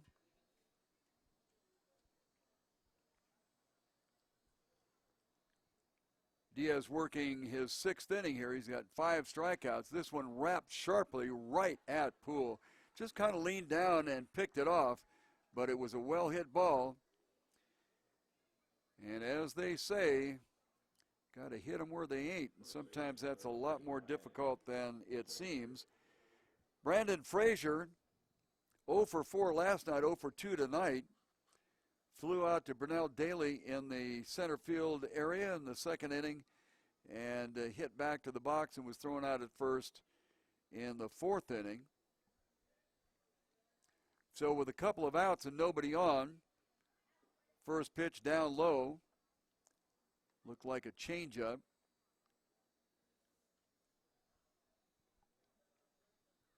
Diaz to the one, the left-hander in, misses high. Well, by golly, I call that a strike. I've got to keep my mouth shut until I watch that umpire. Boy, worked the Far West League up in Northwest California for the last 5 years as Diaz goes to the windup, throws way outside for a 2-1 count.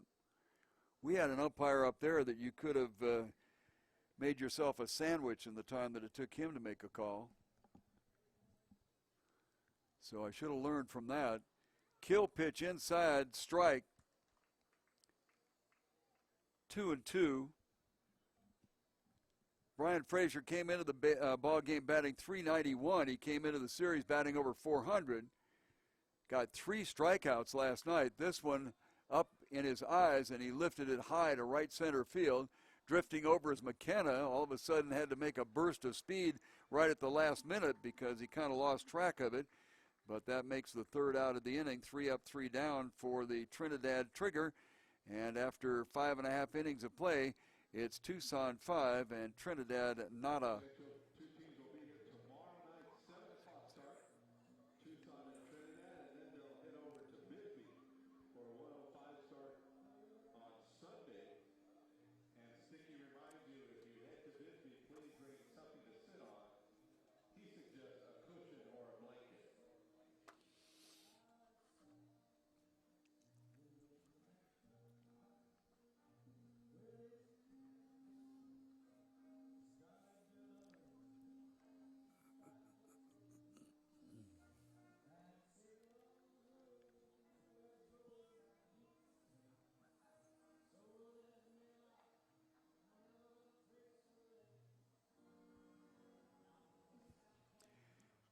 Temperature holding steady at 95 degrees. The wind is still blowing from home plate out towards left center field, which is a bit unusual for here.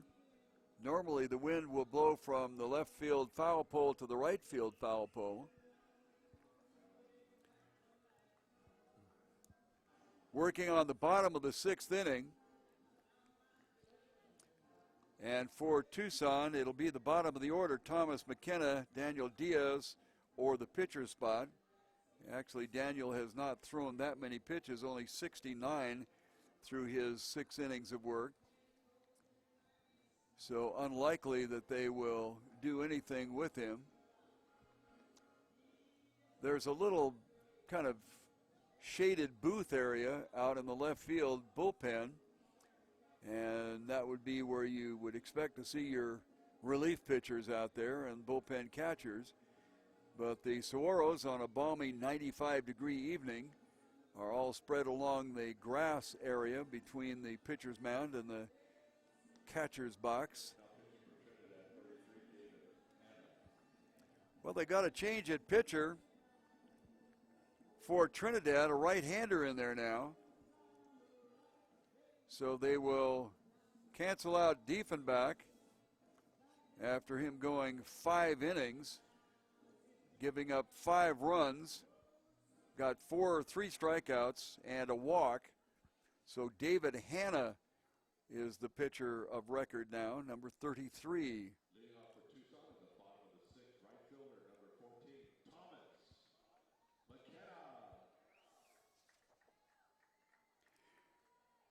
McKenna. Hannon has no record, as an earned run average of 4.37. Has been in 21 games, all in relief.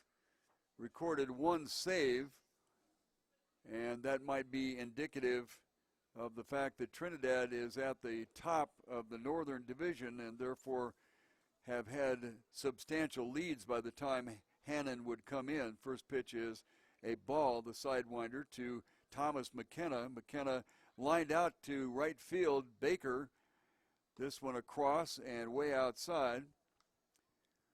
That happened in the second inning. Then he got on a fielder's choice in the sixth. And here we are, in the third. Here we are in the bottom of the sixth inning. 2 balls and no strikes. Sidewinder drops one down low, and it's 3-0. Saguaros got the leadoff batter on in the third and the first inning. And in both instances, that batter came around to score, as Tucson is enjoying a 5-run lead. The first strike comes in, 3-1 now against McKenna, or in favor of, if you want to look at it that way. These sidearmers are tough to fathom sometimes, especially if they come over the top and get sinking action on their ball. This one sank a little bit too low.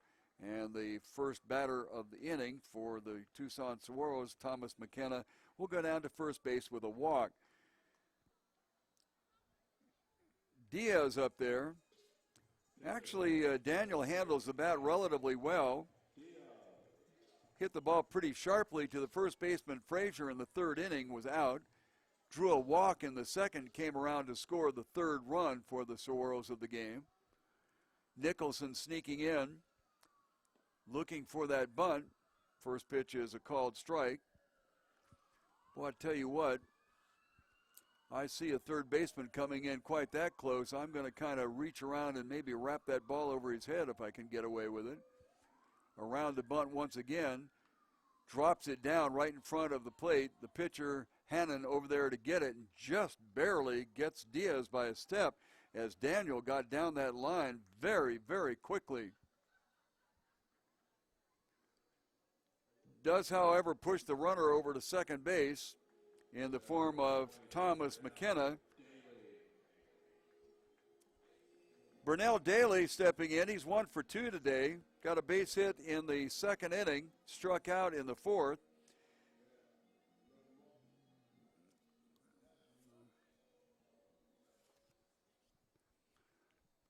Daly yesterday was 0 for 2, got on a walk, bunts it, tries to drag it down the third base side, hits it foul.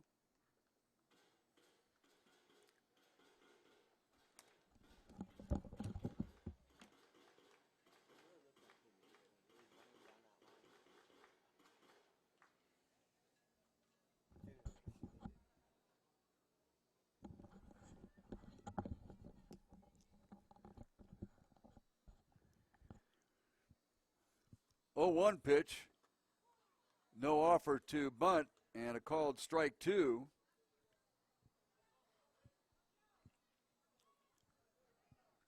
I don't know if you can see the flashing lights to the left of the center field, but they got a little police action over there. Might have been somebody bumped into somebody. Swung on and hit to deep left center field, but over to get it is Eric Williams. No, he can't get to it. This will score a run and will send Daly around to second base. All the way to the warning track.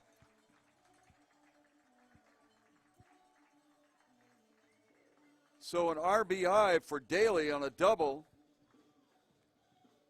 And the Saguaros will expand their lead. I thought Eric Williams had a line on it.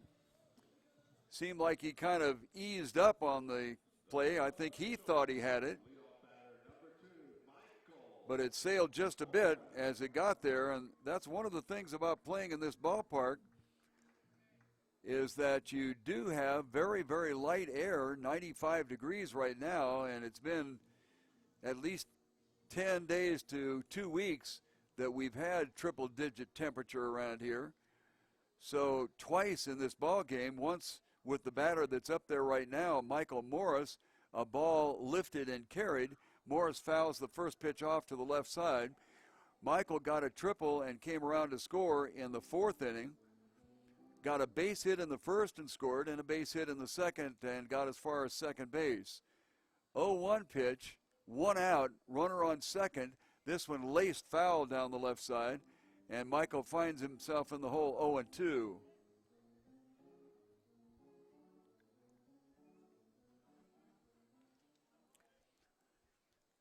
Didn't hear any bang or bump out there in the intersection that's behind center field, but they have a lot of police activity out there right now. Morris reaches down and saves his at-bat with a foul ball down the left side. Daly has excellent speed at second base, so anything in the air or on the ground to the outfield will definitely move him up, and on the ground you would suspect that he'd come around to score. 6-0 in favor of Tucson here in the bottom of the sixth inning.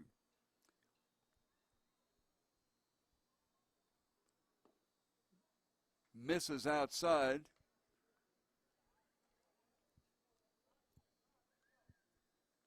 One and two the count.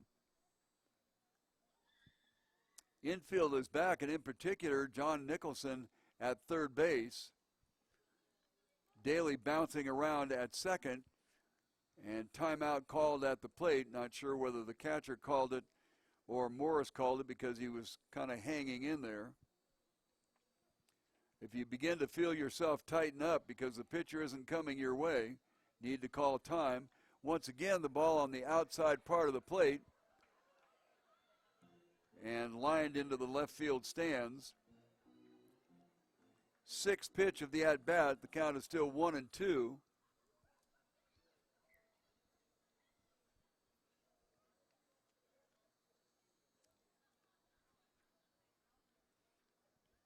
First base is open, of course, and Michael Morris is a dangerous hitter. Look back at second. Side armor comes to the plate. Inside corner, catches it at called strike three.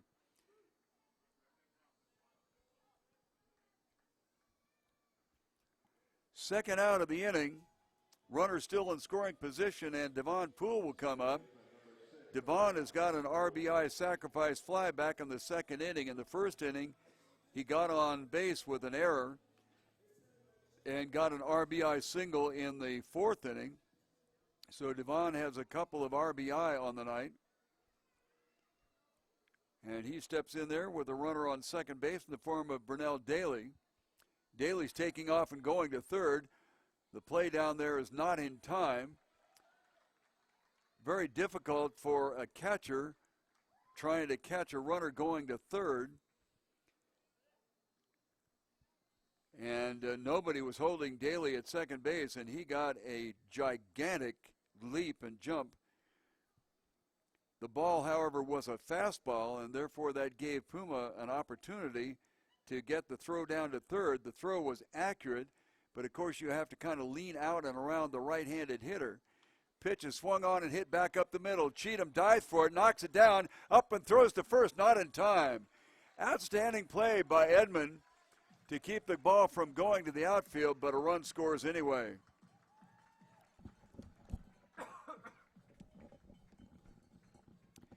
I tell you what, the young man has skills. Has had a terrible time tonight with a couple of errors in which he looked up before he actually had a hold of the ball. So an RBI base hit for Devon Poole. That's his third RBI of the evening. And that runs it out to 7-0 in favor of Tucson.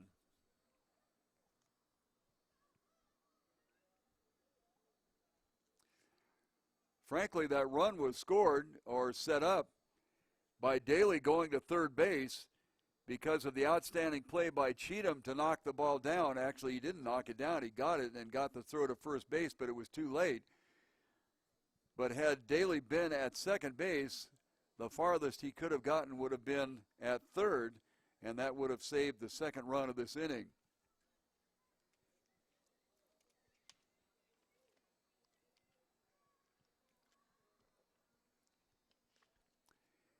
A "hi, how are you, I know you're there" throw to first base doesn't accomplish much.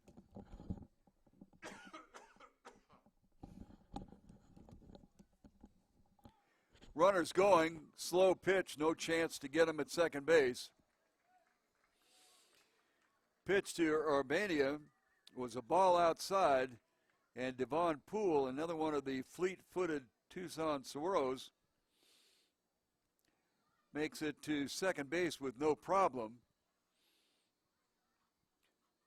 Really tough to get a runner going on a curveball. Fastball misses outside. 2 balls and no strikes.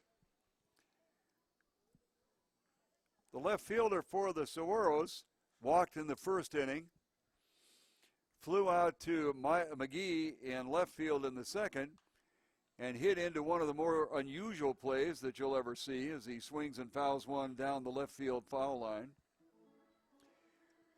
Urbania cracked the ball back to the box with Devon Poole headed to second.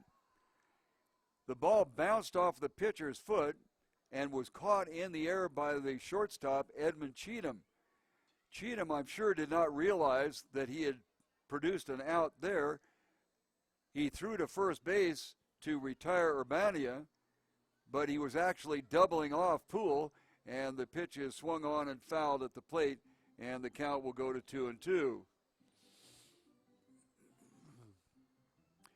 The discussion at the time was whether the ball came off the rubber or came off of the pitcher's foot, as Urbania has just fouled that ball off his right ankle. And I can tell you that is an owie. Just think about wrapping yourself on the ankle bone right there.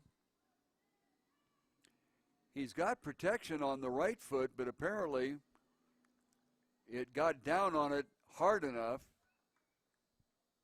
through the protection. Now, I don't know whether it hit him above that protection that he has there or whether it got him on top of the foot, which is a little bit to the right of where the protective pad is. But nonetheless, Adam had to shake it off after being knelt over for a little bit of time. Now the scoreboard has 1 ball and 2 strikes. We have 2-2. Of course, I never make mistakes. Out at second base is Devon Poole. Got a couple outs here in the bottom of the 6th inning. Look Poole back, and at the plate, Urbania calls time. Backs out of there.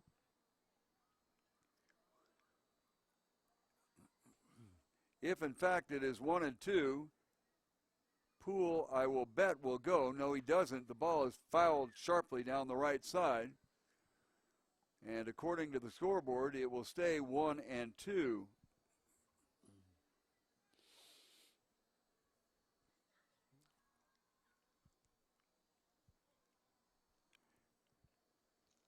Adam Urbania, 423 coming into the ball game, is 0 for 2 to this point, was 0 for 4 last night, so Adam is experiencing a little bit of a slump.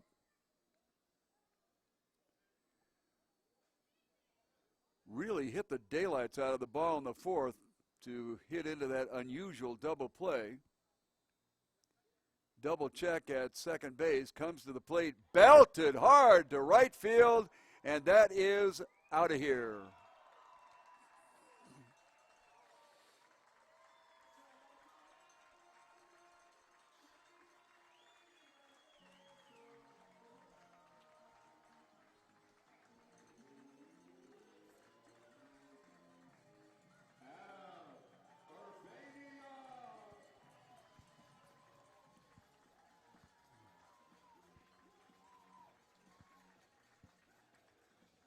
Well, that accounts for the 3rd and 4th run here in the 6th inning, as David Hannon The new pitcher in the ball game for the Trigger has been greeted rather rudely, and he will go and sit down after having just pitched 2/3 of an inning.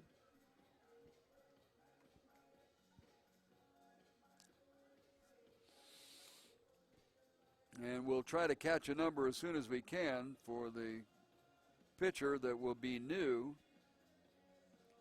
Diefenbach went 5 innings. He gave up 5 runs, got 3 strikeouts and a walk. But now David Hannon has given up 4 runs.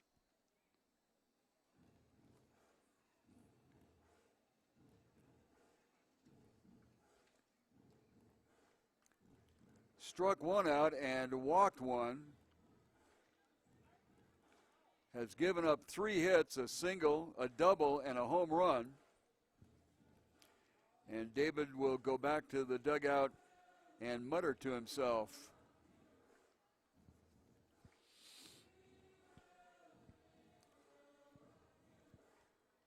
Something like, I knew I should have stuck with pharmacy school. Left-hander is the pitcher. See if we can catch a number here. 15. Well, we don't have a 15.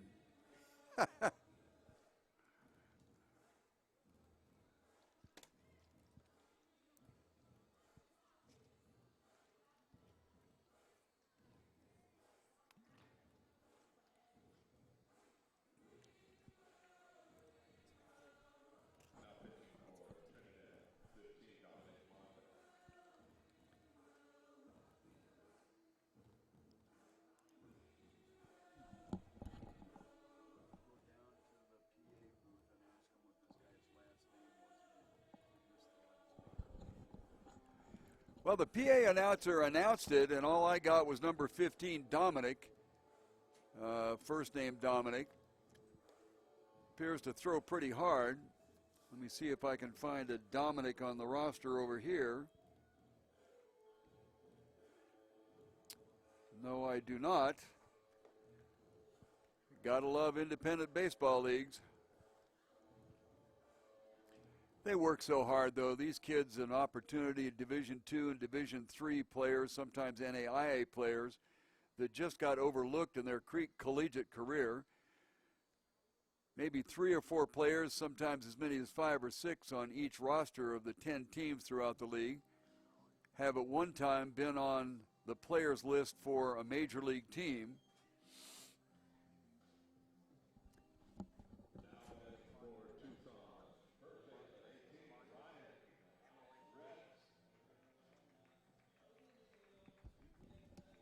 Okay, Dominic Monda will come in. We don't have any record on Dominic here, so don't know whether he just got left off accidentally or whether he is new to the club. But at any rate, he's up there from the left side. First man that he will face will be Ryan Retz. First pitch he throws is a ball. Retz on twice in a row on errors. Then he struck out in the 5th inning. Nobody is on. A couple of people out. Blasted to left field. Down the line. Fair ball. Retz with good wheels will take a big wide turn at first base and give credit to Eric McGee. He got over there in one quick hurry and held the speedy Retz to just a single. Ball hit right on the chalk practically. And I don't know how thick the grass is down there, but it might have had some backspin on it. And it just died over there. But Eric McGee very quickly over to get it and holds Retz to a long single. Tanner Geisel is up there. We have 4 runs in here in the 6th inning, 9-0 in favor of the Saguaros. As Geisel steps in there after having a called 3rd strike in the 5th inning the last time he was up. Pitches swung on and hit towards the hole at 3rd. The long throw from Cheatham will not get him at first base. And a second hit in a row given up by Monda as he is greeted rather rudely as he comes in relief.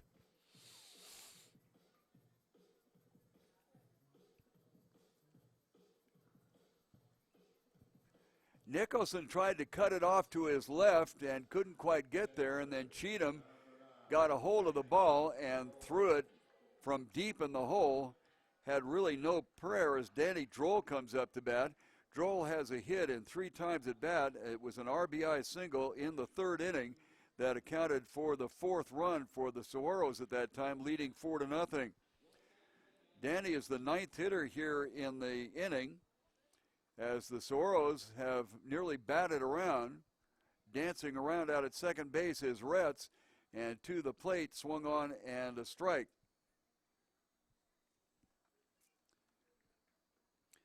Retz was second pitch swinging. Geisel was first pitch swinging, and I would have sworn that that was going to turn into a double. Retz goes. The ball is not handled by the catcher, Puma, and the runners will move up on the stolen base. The count to Droll is 1-1. So a base hit will bring in 2 more. However, on the other side of the ledger, first base is open. Hannon from the left side throws high for 2-1.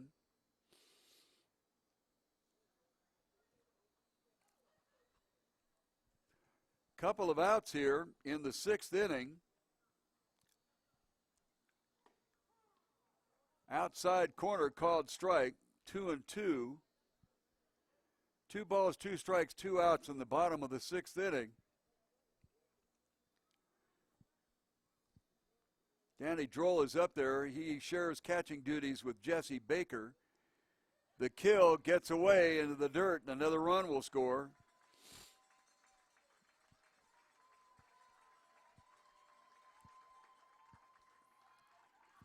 Retz comes down from third, and Geisel goes over to third. 3-2 count now on Droll.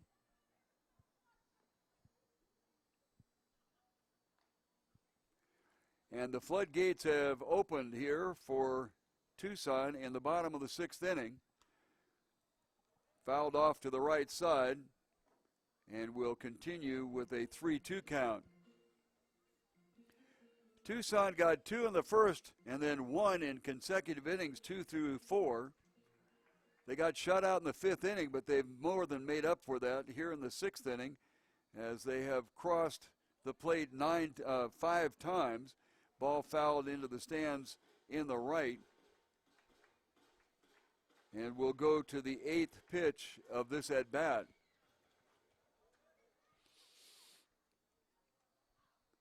Runner on third is Geisel. 3-2 pitch on the way. Swung on and hit to right field. A leaping grab almost by Brian Frazier, but it gets into the corner. Turning on the steam is Droll, going into second base with a sliding double.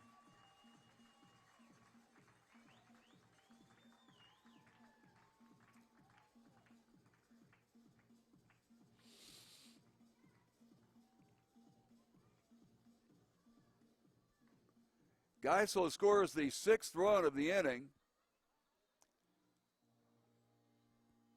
Nobody warming up in the bullpen. Well, there is somebody out there now that we look. And batting around here is going to be Thomas McKenna. He led off the inning with a walk, then scored. Pitch swung on and missed. Actually foul tipped at the plate if you want to get real technical. Thomas lined out to the right fielder Baker in the 2nd inning. In the 3rd inning, he got on a fielder's choice, and then he walked and scored at the beginning of the 6th inning here. Apparently Puma got that foul tip, as the cooperation between umpire and catcher goes to work here, as the umpire walks around and cleans off home plate, and will take his time getting back behind the catcher in that position. Anthony did not seem to be in too much stress, but ball players have a tendency not to be in stress. Swung on and missed for strike 2.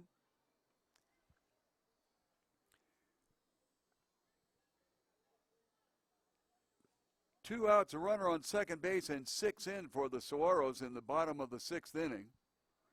Look back at second. The pitch swung on a changeup curve, and that is a strikeout. First strikeout for the relief pitcher, Dominic Monda, and that mercifully ends the inning.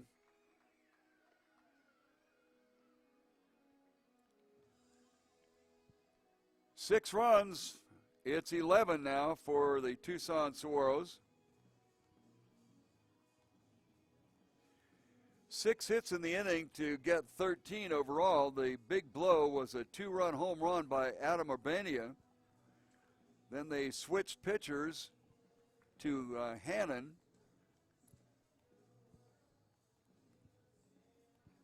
Check that. Hannon came in to start the 6th inning.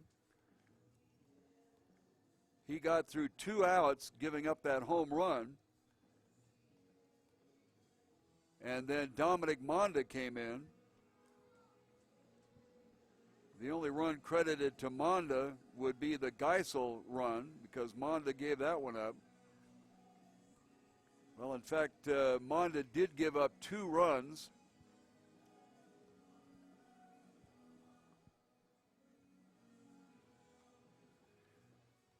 So the starter, Denver Diefenbach, gave up 5. His relief in 2/3 of an inning, Daniel Hannon, gave up 4, and then Dominic Monda came in and gave up 2. That accounts for the 11 overall. Not going to worry about numbers of pitches or anything, as Scooterman is out there to tamp down the infield. For Trinidad, it'll be Baker, followed by McGee and Nicholson. Probably need to keep an eye out here.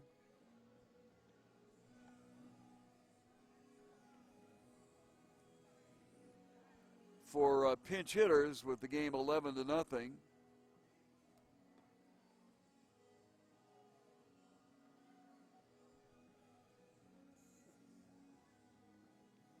Daniel Diaz continues to be on the mound for the Saguaros, and it'll be interesting to watch Daniel here, because a lot of times when a pitcher sits on the bench for an extended period of time, he comes out a little bit rusty. So we'll see how Daniel is ready to go. He's retired the last 8 batters to face him, dating back to the 4th inning.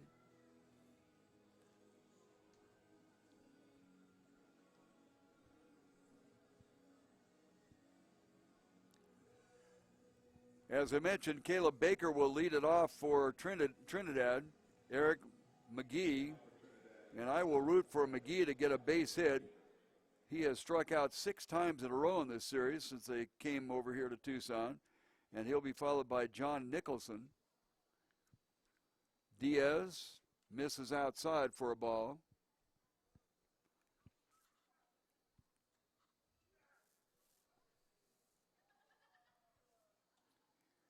Kicks and deals, catches that outside corner, and will go to 1-1.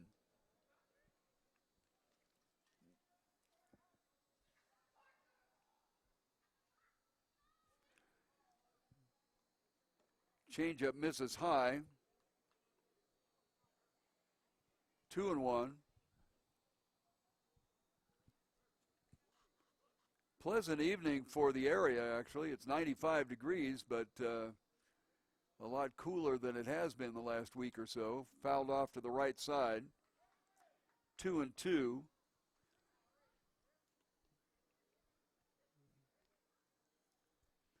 Top of the 7th inning, Tucson plated 6 in the bottom of the 6th, lead at 11-0.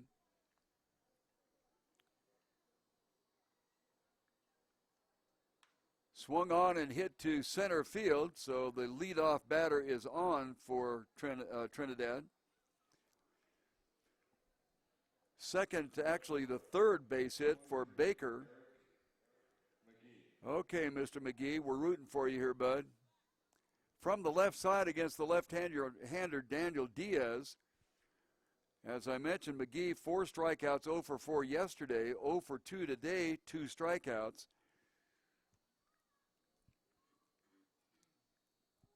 So we'll see if the young man can get it loose here.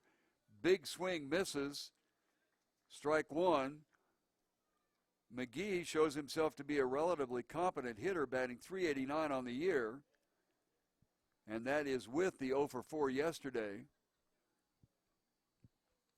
0-1 pitch on the way. Inside, Droll does a nice job of sliding over and keeping it in front of him. The Saguaros have a couple of really fine catchers in the form of Jesse Baker and Danny Droll. They alternate back and forth. 1-1 pitch, big swing once again. And our Mr. McGee is in the hole, 1 ball and 2 strikes.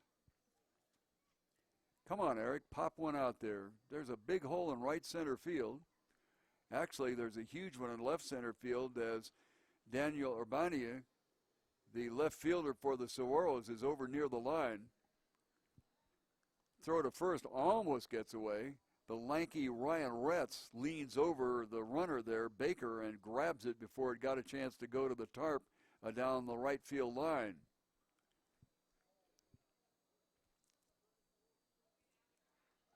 One, two, swung on and missed. Eric. Oh my goodness sakes. Talk about a long walk to the dugout. The PA guy, now this time Eric tosses his bat. The previous 2 times he was kind of cool and easy going back, but quite frankly, it's a good idea when a player is in that kind of mindset and situation to go ahead and sit him down. Nothing against the player, just gives him a chance to take a deep breath. John Nicholson swings at the first pitch and fouls it back into the backstop, into the screen on the right side.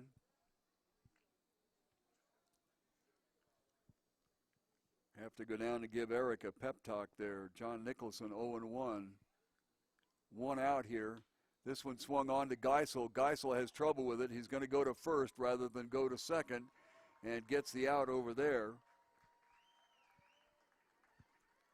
Geisel got that ball into his stomach. You got to get the glove out in front of you and catch the ball out there so you don't have that happen to you.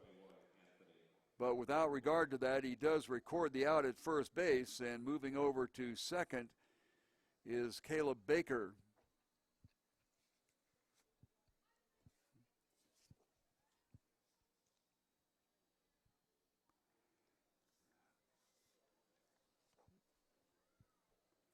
Stepping in as the catcher, Anthony Puma.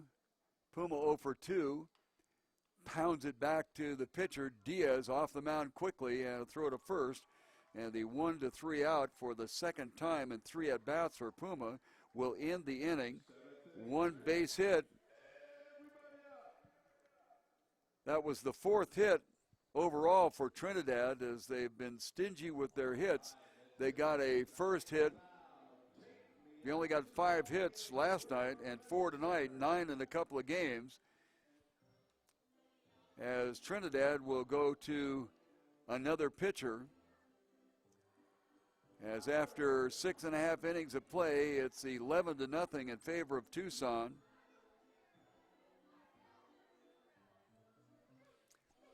Seventh inning stretch with the fans singing "Take Me Out to the Ball Game." Who was it? President Grover Cleveland at a ball game. I think it was a Yankees game. It might have been a Washington Senators game now that I think about it. Apparently, at the end of the 7th inning for the visiting team, he stood up to stretch his legs, and everybody with great respect also stood up, and that's how the 7th inning stretch got started. Got a new pitcher in.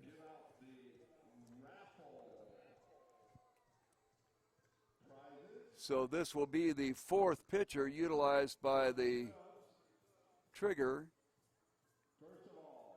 Looks like number 37.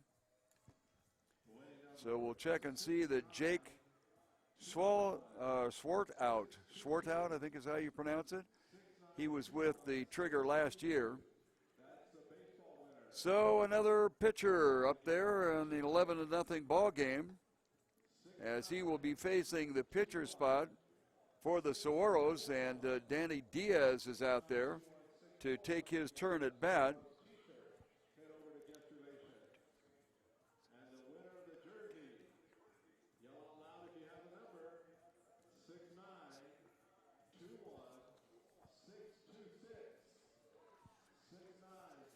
Diaz, during his 7 innings of work, has only thrown 81 pitches. Been fairly economical since the 4th inning. 9 pitches, 10, 9, and then 12 the last inning. So he will go out there and swing the bat.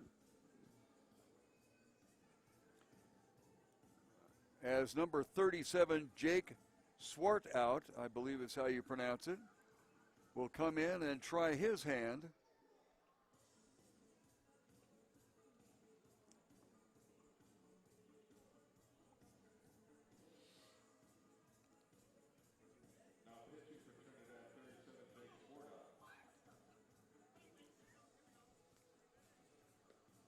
So the starter, Denver Diefenbach, went 5 innings, gave up 5 runs.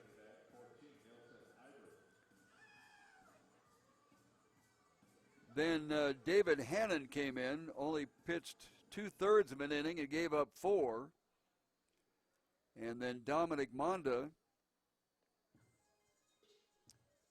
came in and he gave up 2 more. No, he just gave up 2 in his 1/3 of an inning pitched. So that's where we are, 11-0 here in the bottom of the 7th inning. Daniel Diaz, the 8th hitter, then Daly, the 9th hitter, and then back up to the top of the order, Michael Morris. From the left side is Diaz, and he will face the right-hander Swartout. First pitch is a ball high and away.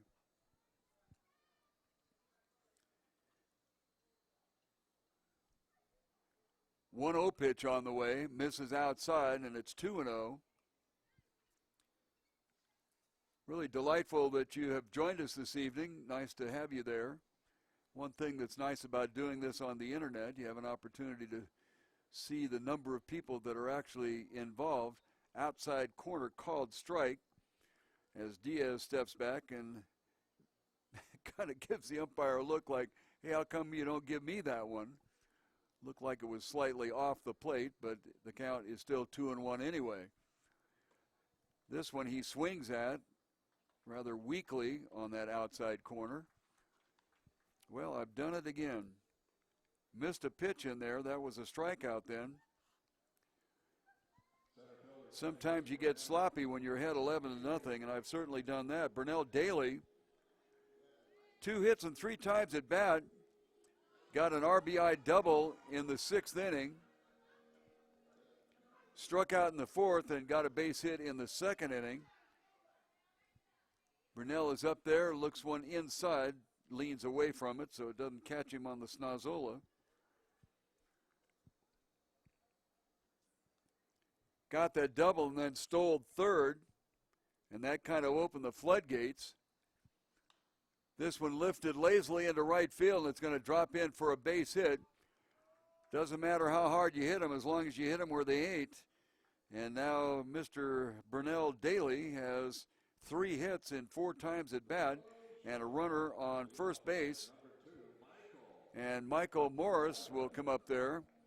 Michael is having himself a good night. Last night he was 0 for 3, but he came in here and went 3 for 3 through the first 4 innings. Then he struck out looking in the 6th inning. So here we are on the bottom of the 7th, and Michael is up there again. Started the game batting .361, but that certainly will go up with a 3 for 4 and even a 3 for 5 night. Keep an eye on Daly. He's got wheels. Pretty quick.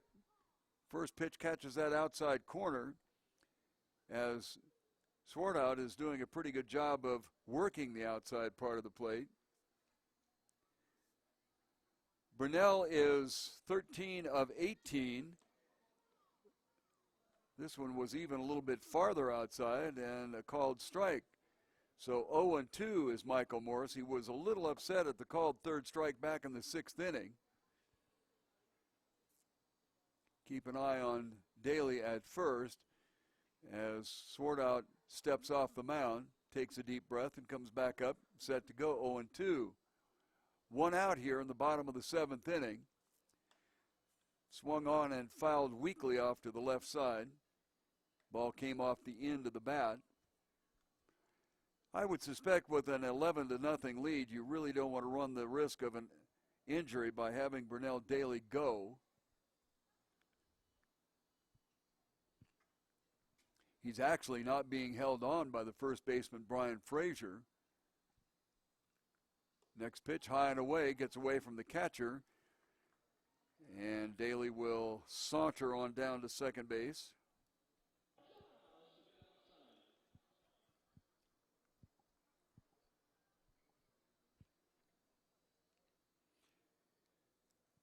With 11 in so far in the game, a runner again in scoring position for the Tucson Saguaros. With Michael Morris up there with 1 ball and 2 strike count, he'll be followed by Devon Poole. Saguaros really had their way in the 6th inning, 6 runs. To the plate, inside corner called strike 3. Second time that Michael has looked at a called third strike. This time he did walk away without a second look at the umpire. In the 6th inning, he certainly had a question mark on that. Devon Poole got on in an error in the 1st inning, had a sacrifice fly RBI in the 2nd, then an RBI single in the 4th and an RBI single in the 6th. So 3 RBIs and 2 runs scored, 2 hits in 3 times at bat for Devon Poole. So he's having himself a relatively nice evening up there with 2 outs, the second hitter in the Saguaros lineup. Pitch down low for a ball.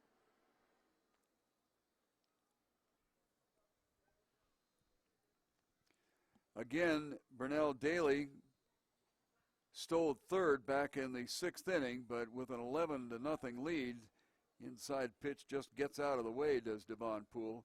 With an 11-0 lead, you really don't want to run the risk of hurting a player, and that's always a chance when you're sliding into a base. So Daly will kind of make his piece out at second base without worrying about going to third. Pitch at the knees for a called strike, 2 balls and 1 strike. Hey, don't forget our 4th of July celebration here. Fireworks, $4 admission, dollar dogs, and half-price concession prices. Music, fireworks, kiddie playland. Going to be a heck of a night. Outside corner, strike 2, 2-2 now.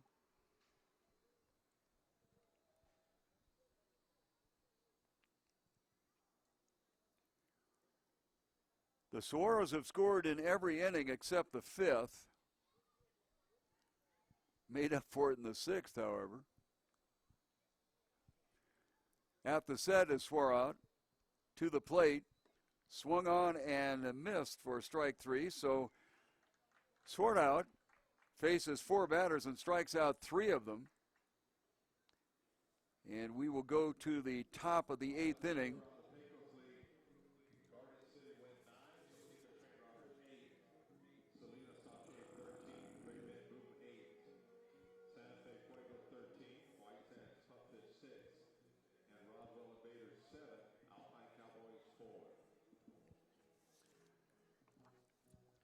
So a very fine relief job by Jake Stallworth. Gave up 1 hit, so that's the 14th hit overall for the Saguaros on tonight's action. So once again, they are blanked here in the 7th inning. They were blanked in the 5th inning. 11-0 after 7 full innings. And Daniel Diaz will go back out. Has thrown only 81 pitches on the game, and he will be facing the pitcher's spot, which I've got to assume, unless Sawart is a heavy hitter, that they will probably have somebody in there to be a pinch hitter.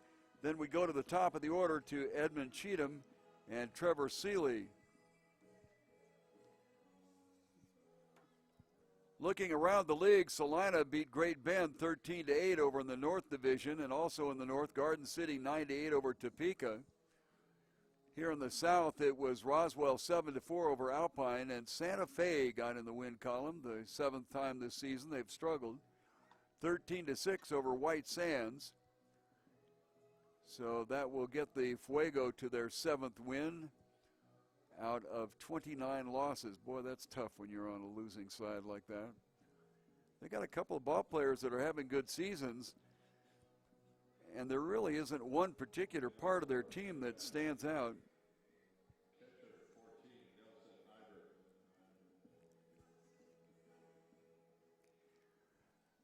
Okay, stepping in to pitch hit will be Nelson Ibert. The rookie catcher batting from the right side will face Daniel Diaz. First pitch swinging, misses. Strike one. Diefenbach, Hannon, Monda, Swart. Surprised they don't leave him in there. What the heck, you're down 11-0. You might as well let the kid that struck out 3 out of 4 stick with it, but that's not the call. 1-1 is the pitch count not right now. Diaz to the wind and to the plate. Outside corner, gets it. 1-2.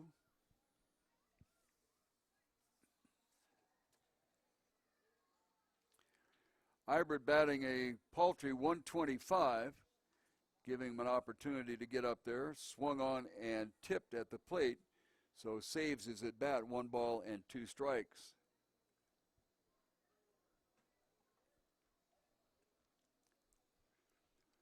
Top of the 8th, and then after this one, the top of the 9th, swung on, strikeout. That is the 6th strikeout for Diaz. And we'll go to the top of the order, Cheatham, and then Seeley. Leadoff batter, shortstop, number 1, Edmund Cheatham.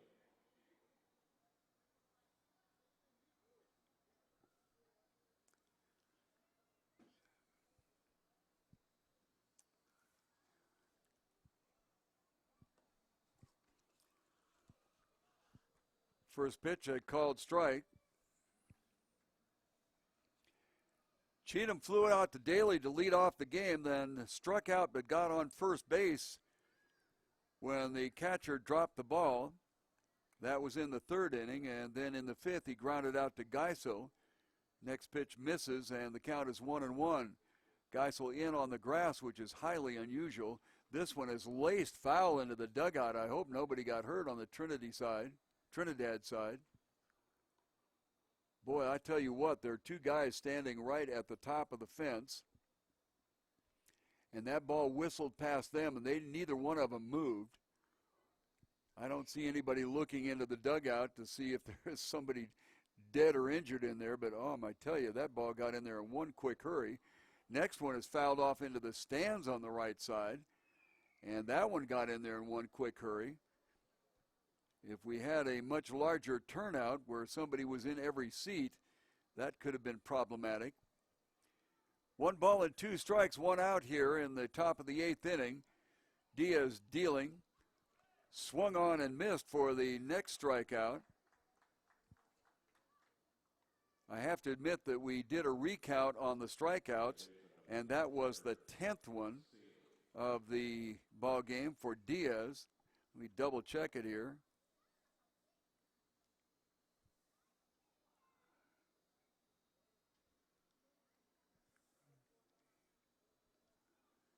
In fact, there are 10.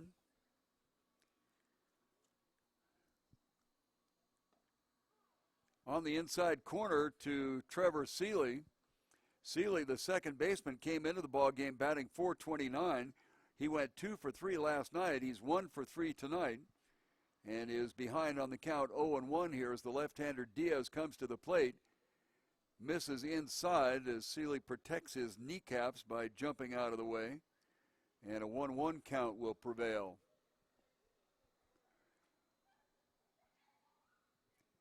Diaz to the plate, 1-1. Changeup floats up high. Oh, my goodness, you don't want to get that changeup up there, but Seeley swung at it and missed. 1 ball, 2 strikes, a couple of outs here in the top of the 8th inning. And Tucson cruising 11-0. Big 6th inning did it. 2-run home run by Adam Urbania. Swung on in the dirt, and the throw will go down to first base. So 3 up and 3 down, all by strikeouts here in the top of the 8th inning. 11 strikeouts for Diaz, as the Trinity Trigger having a terrible time. They were struck out 13 times last night, and 11 here for 24 in 2 games. That is not on the good guy side. So the Tucson Saguaros pitchers have been keeping the Trigger off balance, and it really shows with 24 strikeouts in 2 games. New pitcher for the Trigger will try to catch a number here. Fortunately, they do have numbers on both sides of their jerseys. I take that back. It is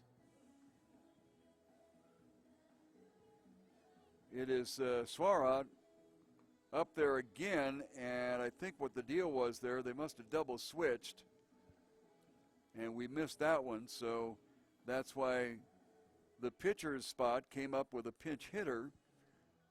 In a double switch, you can place the players in any position that you want to put them. And that's exactly what happened. So my call is kind of vindicated in saying that Suarez should be out there again, because he struck out 3 of the 4 batters that he faced. So he is out there to face Urbania, Retz, and Geisel. Slots 3, 4, and 5 in the Saguaro lineup.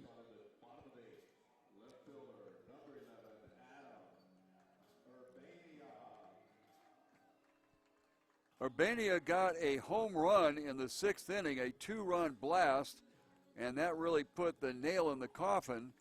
But then the Saguaros came out and scored 2 more after that.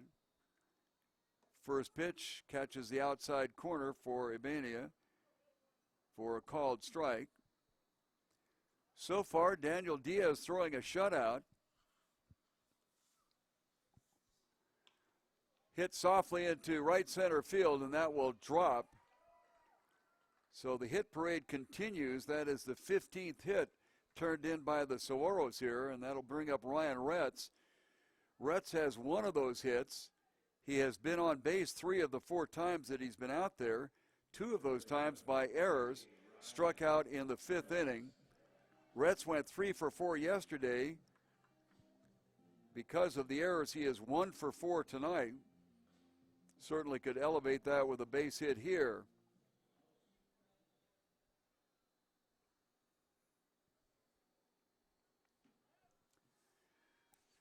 Ball gets away, and cruising down to second base is Urbania. So 1 ball count to Retz. And once again, the Saguaros with a runner in scoring position. Diaz with 95 pitches through his 8 innings of work. So I'm going to assume that they will send him out there with an opportunity to record the shutout in the top of the 9th inning. Runner on second, nobody out here in the bottom of the 8th. The big sweeping curveball gets Ryan Retz to miss, and the count goes to 1-1. Tanner Geisel is on deck. First base is open. Infield is back. Pitch is inside and low. Rolls slightly away from Puma, and no advance. Certainly don't want to do something wild and crazy by trying to take off, sliding, and twisting an ankle when you're up 11-0. 2-1 pitch. Swung on and hit towards Nicholson and threw into the corner. Going to challenge at home, but holds up, and Urbania stays in a scamper back to third base. The ball very hard hit. Looking to see whether they're going to score that as a hit or an error. They score it as an error. If you want to get real technical, Nicholson never got a glove on it, but it went right through his wickets and into left field. Once again, Eric McGee, who has had a horrible time in this series with 6 consecutive strikeouts, actually 7, got over there quickly to hold the runner. So we have runners at first and third with nobody out, and first pitch swinging as Tanner Geisel fouls it off to the right side. Geisel with a base hit in the 6th and scored a base hit in the 3rd, hit into a double play in the 1st inning and struck out in the 5th. Tanner came into the ballgame batting .403, so that will go up just slightly. Called second strike, 0-2. Tanner is down.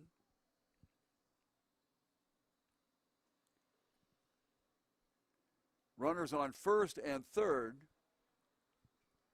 Nobody out here in the bottom of the 8th inning. Pitch rides high. 1 ball and 2 strikes. The rule of thumb is if you've got a batter down 0-2, don't throw anything that he can get his bat on.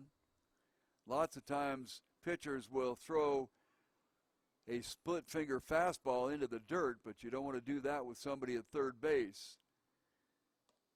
High curve, 2-2 now.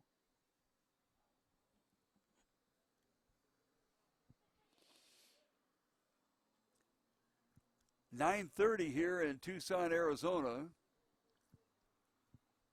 Temperature still riding high. We've been in triple digits for a lot of the time. It has dropped down to 91 now.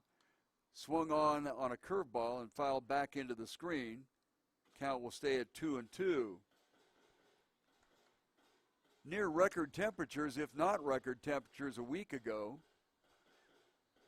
But we've had a little high clouding has come in the last couple of days and has kept it around the century mark, not threatening any long-term records. 2-2, men on first and third. Bottom of the 8th, ball gets away from the catcher, but the runners do not try to advance, which is probably very intelligent, up 11-0. You don't want to do anything where you might slide and twist an ankle and be out for a couple of weeks. 3-2 count, nobody out, first and third. Be interesting to see if Retz takes off from first base.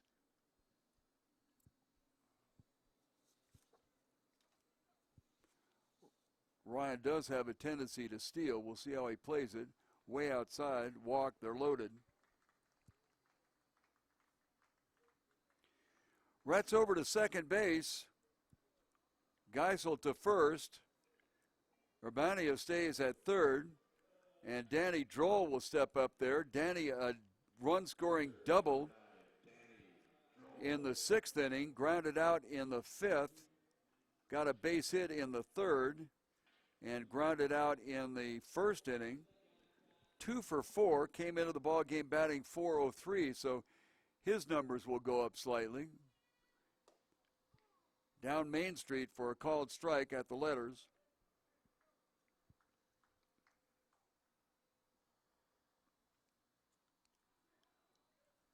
11-0, bottom of the 8th inning, and the Saguaros threatening once again, way outside. Puma does a nice job of getting out there and keeping it in his glove.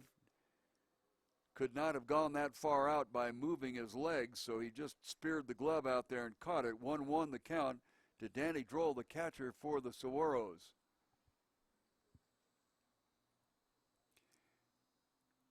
This one inside.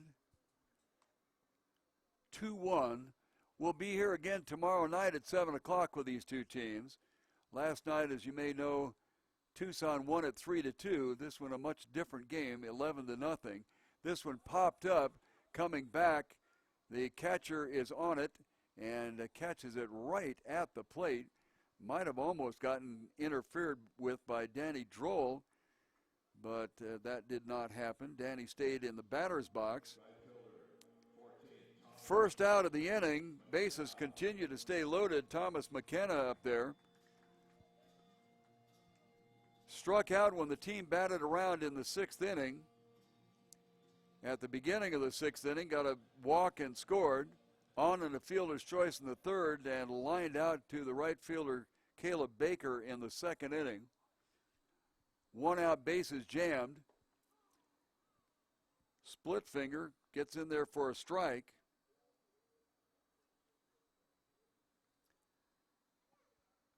Used to call it the fork ball back in the day. Pushed that ball way back between the index finger, swung on and missed, does Thomas McKenna.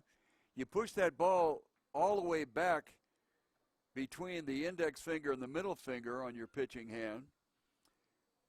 And that means that there is more surface of the fingers for the ball to come out, which means you can throw with the same arm speed, and the ball dies on the way up there. Hit to Nicholson at third and over his head into left field. That'll score a couple of runs.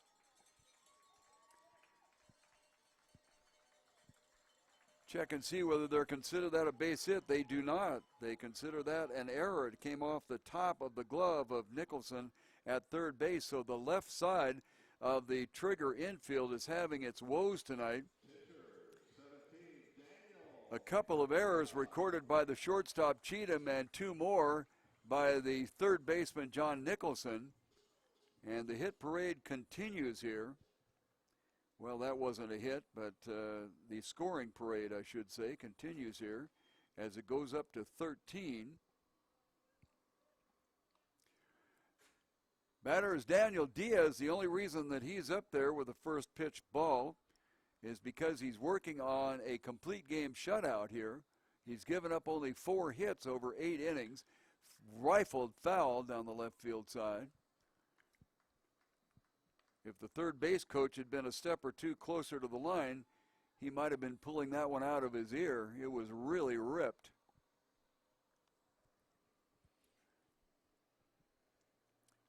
Diaz walked in the second, unassisted out at first base in the third on a nice play by Brian Frazier. And then he hit back to the pitcher and struck out. Ball gets away from the catcher and down to third base with no play. So a pass ball will move him around.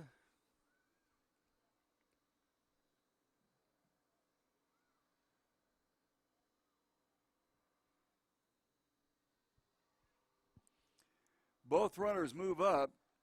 Geisel now at third and McKenna at second.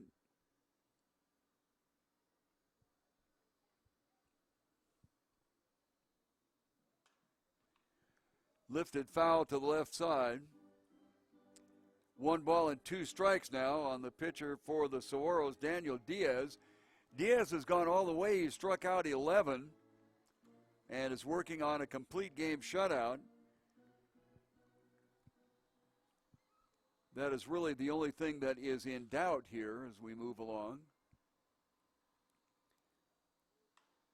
Lifted into left field, and the pitcher has a base hit, and another run comes in. Geisel comes down from third on the base hit RBI single by number 17, Daniel Diaz. That will move McKenna over to third base. Still with only 1 out, 3 runs in. And Burnell Daly up the bat. Daly, his last 2 visits to the plate, has gotten base hits, an RBI double in the 6th and a single in the 7th. He struck out in the 4th but got a base hit in the 2nd inning. Leans back from one inside. Well, so Jake Sawert came out and faced 4 batters in the 7th inning and struck out 3 of them. And it has gone exactly the other way here in the bottom of the 8th inning as Daly swings and fouls at the plate. 1-1. A base hit by Urbania, an error by Nicholson, a walk to Geisel, another error by Nicholson, and a base hit by Diaz has gotten 3 across here in the bottom of the 8th inning. This one lifted into right field, and it's going to drop in short for another base hit and another run. So neither hit by Diaz or Daly has been anything to write home about. but it got to where they ain't, and it is an RBI single for Burnell Daly. It's his second RBI of the game. Runners at first and second, with McKenna coming down and scoring the fourth run of this, the bottom of the eighth inning. Going to go to the top of the order.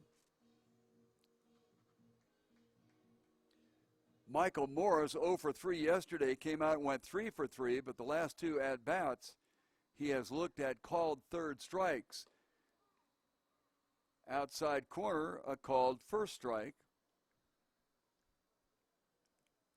Michael generally does it the other way around, where he struggles in the first several at-bats and then goes nuts later on. Tonight it's the other way. This one wrapped into left field, so Morris gets his fourth base hit of the night. They'll hold the runner up at third base, and so the bases are loaded. Going to move Diaz over to third base. That pushes Burnell Daly over to second base, and Michael Morris at first base. And quite frankly, with a lead that you have here, you'd rather get out of the inning and allow Diaz to get back up there with an opportunity to get a complete game shutout. But that's not in the cards right now. So let's see what we have going on now.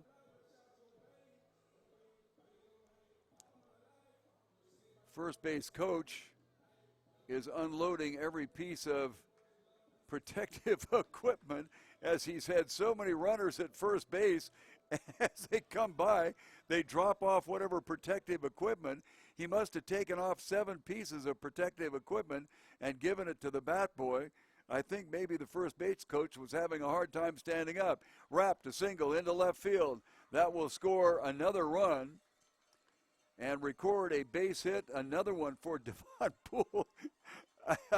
That was very, very funny. First pitch swinging, base hit, and an RBI for Devon Poole. That will scoot Michael Morris over to second base. Burnell Daly will go over to third. And in for another run will be Daniel Diaz. That'll give him a chance to sit down and gather himself, as we have batted around once again. And here in the eighth inning, Adam Urbania is up for the second time. He got a base hit and scored the first time up from the left side.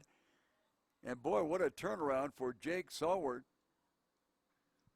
This one is fouled off to the left side.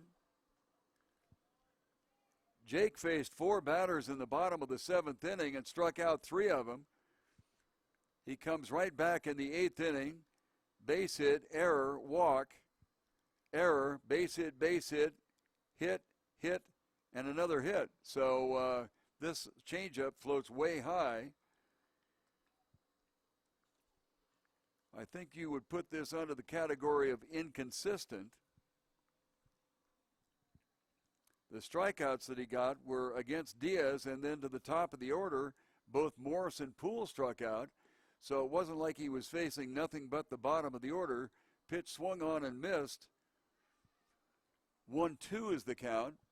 We still have only 1 out, and the bases are loaded. 5 runs in so far, so we're up to 16-0. This one popped up behind the plate. Puma back to look for it. Gets his glove on it and drops it. So I would imagine the pitching staff for Trinidad is getting a little punchy.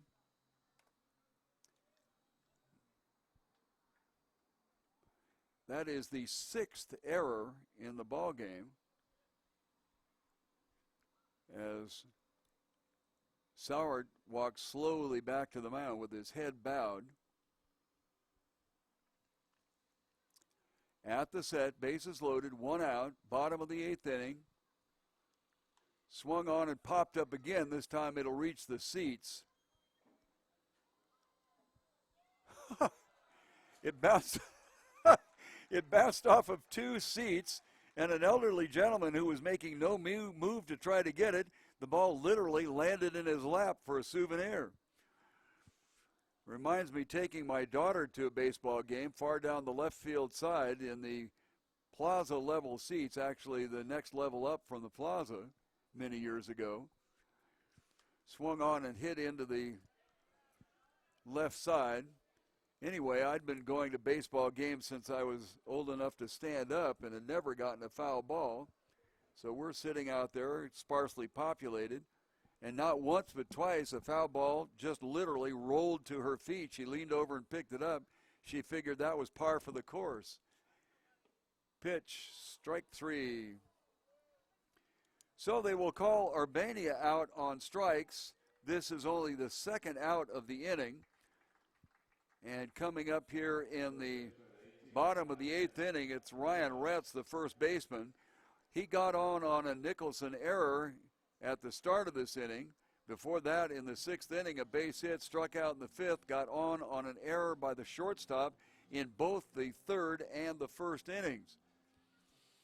So it has been a 6-error-filled game here for Trinidad, sorry. Swung on and missed outside. 0-1, bases still loaded. Finally, 2 outs in the inning. And uniquely enough, both outs have come from, nope, I was going to say from strikeouts. No, that is not the case. Next pitch swung on and missed. And Retz is down 0-2.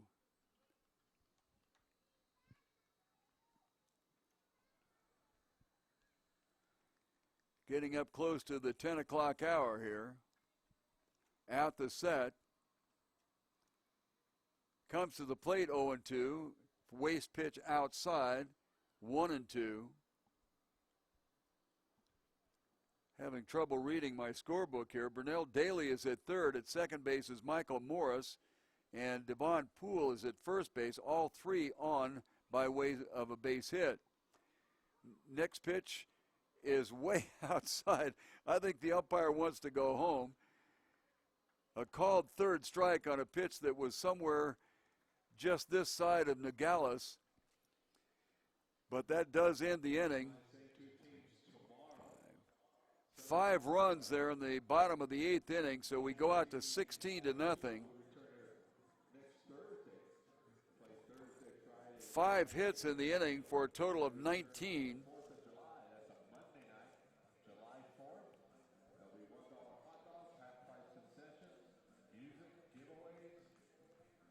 Talking about July 4th once again. Lots of activity out here. A lot of fun things. Not only that, the tickets are discounted. There are going to be fireworks after the game. There's going to be a kiddie playland.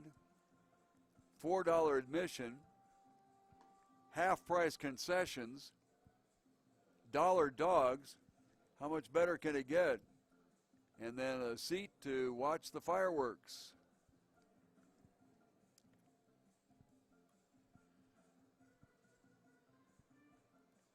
Well, we'll see if Daniel Diaz can close it out. He's gone 8 strong innings. During that time, he's gotten 11 strikeouts. Has given up no runs, so looking for a complete game here.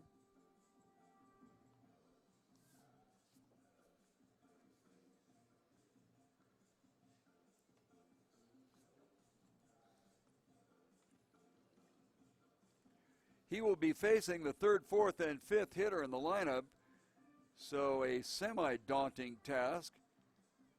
Eric Williams will face him first. Eric is 0 for 3. Brian Frazier is 0 for 3, but Caleb Baker is 3 for 3. So trying to preserve the shutout victory here. It would be the 3rd victory on the season for the Saguaros.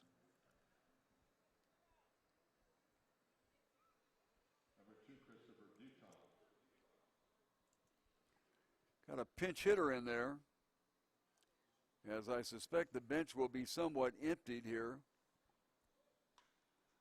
Base hit, Up the middle, Devon Poole, play it first, doesn't get him. Boy, Poole did a great job getting that far around. As the pinch hitter was Christopher Boutron.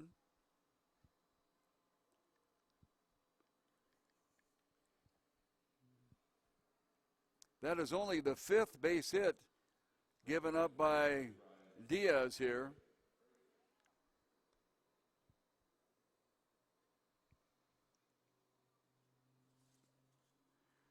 So the next hitter is Brian Frazier. First pitch swinging. Doesn't get it.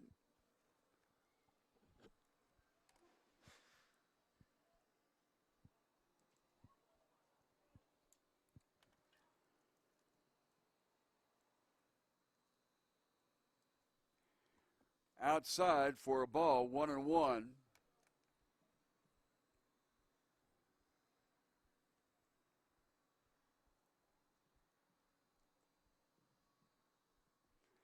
At the set for the left-hander. Comes to the plate. Belted to left field. Back is Urbania to the wall. It's off the top of the wall. The ball is going to be gotten into the infield with the runner only getting to second base because Urbania, as he was drifting back, looked like he might have a bead on it. And so Daniel Diaz, wait a minute, they're checking to see something here.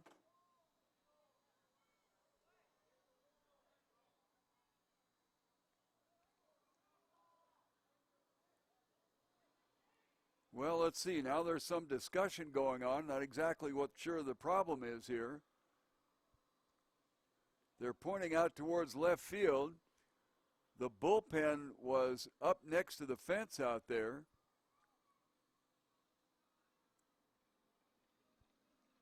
Not exactly sure what the discussion is.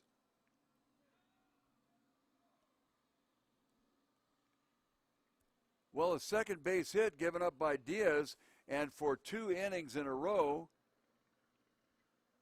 or 2 out of the last 3 innings, he's been sitting on the bench for an extended period of time. And after going 8 innings of shutout ball, he has given up 2 base hits in a row, so there's a runner on first and second with nobody out here in the top of the 9th inning.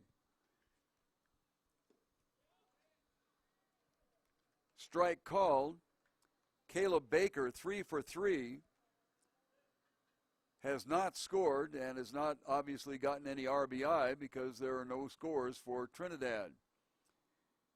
Swung on and missed, strike 2. So Caleb Baker, the right fielder, in the hole 0-2, came into this game batting .409. So with a 3 for 3 or even a 3 for 4, his batting average is going to inch up a little bit.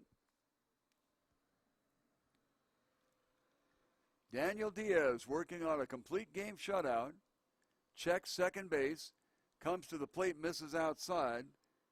1-2. Thing is, you don't want to think too much about the situation because you definitely need to throw the ball instead of aiming it. To the plate, swung on and missed. Fouled, as a matter of fact. So we'll keep the count at 1-2, with the 5th pitch of the at-bat coming up. The on-deck hitter is Eric McGee, and I don't want to have any irony here. He is 0 for 7. This one hit him, and the bases are loaded.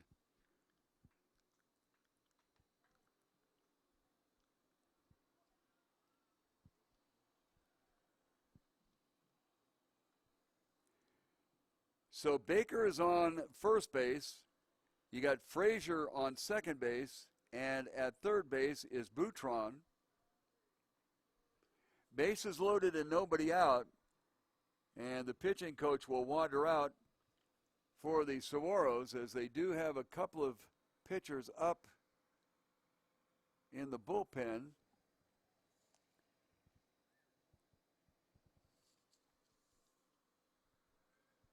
Well, Michael Rampone was on top of the mound out there. But now he has gone and sat back down. A little bit of activity going on out there. Lyons has put on the catching gear.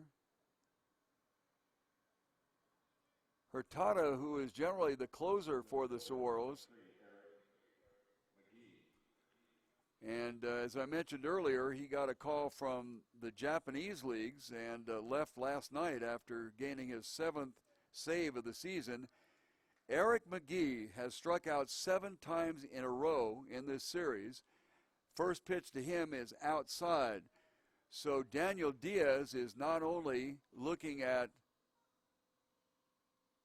not being able to complete the game, but might not be able to keep the shutout going.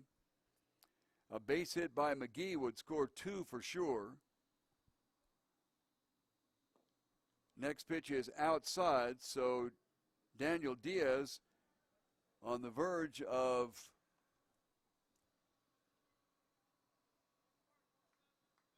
allowing a run in after he has been absolutely stellar through 8 innings. Coming into this inning, he had thrown 95 pitches. He's over 100 now. Pitches a called strike on the outside corner, 2 balls and 1 strike.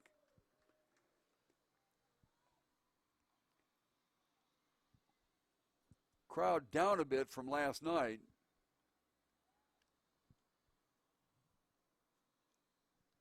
One 2-1 pitch misses and it goes 3-1. So maybe having sat on the bench for the better part of 2 of the last 3 innings has taken its toll, as out throwing in the bullpen is Pepe Gomez. This one is swung on and fouled off, and it is 3-2.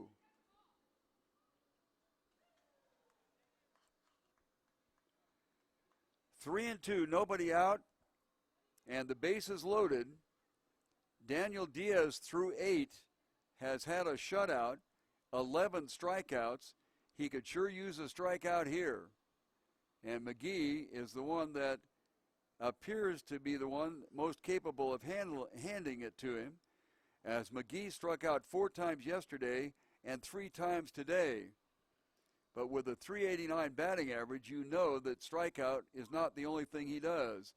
And he walks in the run that will break up the shutout game.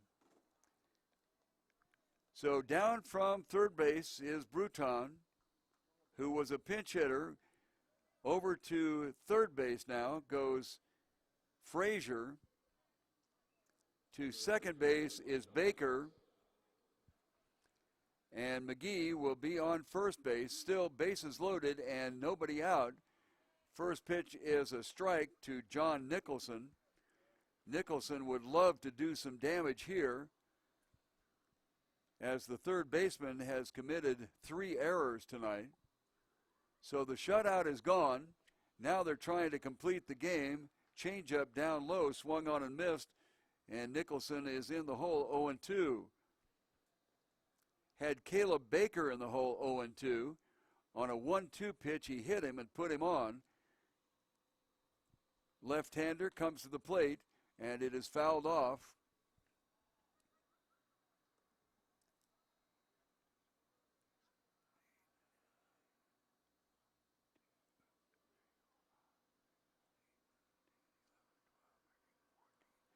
.115th pitch of the game for Diaz here. Catches that outside corner and draws a really angry look from John Nicholson. First out of the inning, Anthony Puma is up there. Well, let's see, are they going to pinch hit for him? Yes, they are. Number 11 stepping in. Shane Billings is going to pinch hit.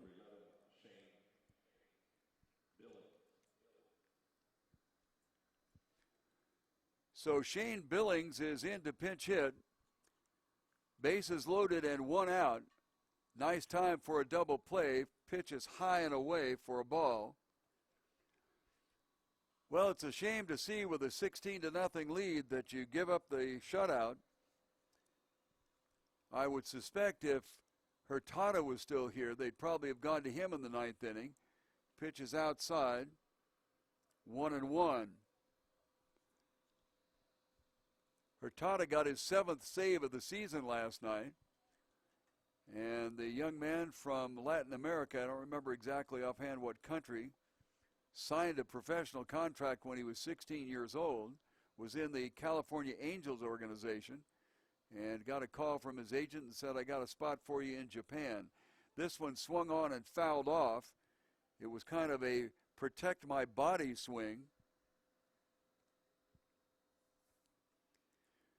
1 ball and 2 strikes. Double play would be nice for the Saguaros, as the shutout has been erased. This one on the outside corner. Once again, I guess I missed something somewhere. 2-2 count. Like I said, and I'm not blaming it on the umpire, I need to learn. The umpire takes his longest time on the planet to indicate whether it's a ball or a strike. This one swung on in the dirt. And a strikeout is recorded for Diaz. 2nd strikeout of the inning. And the strikeout total against Trinidad has been equal. Last night they struck out 13 times. And tonight they are striking out 13 times as well. And I think that this might be the end of it for Daniel Diaz, only because the shutout has been broken. There's no sense in running the pitcher's arm ragged here. And Daniel Diaz comes off the mound to a standing ovation for the sparse crowd here at Kino Veterans Memorial Stadium. Teammates out to greet him as he comes towards the dugout, as he has done an outstanding job.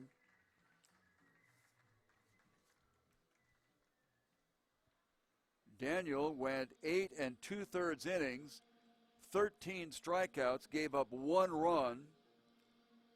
And if I am not mistaken here, unless I failed to mark one down, Daniel did not walk 1 batter.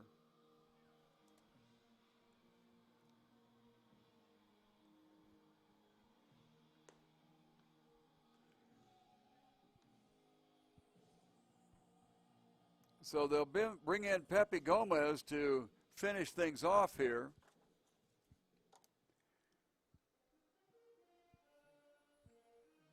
Now pitching for Tucson, 15, Pepe Gomez.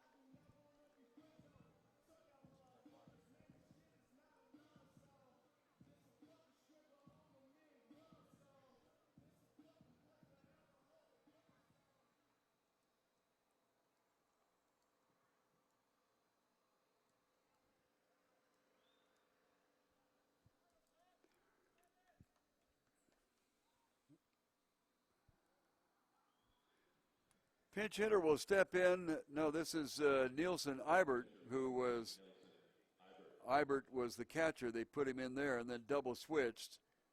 So he is batting in the pitcher's position, even though he is the catcher.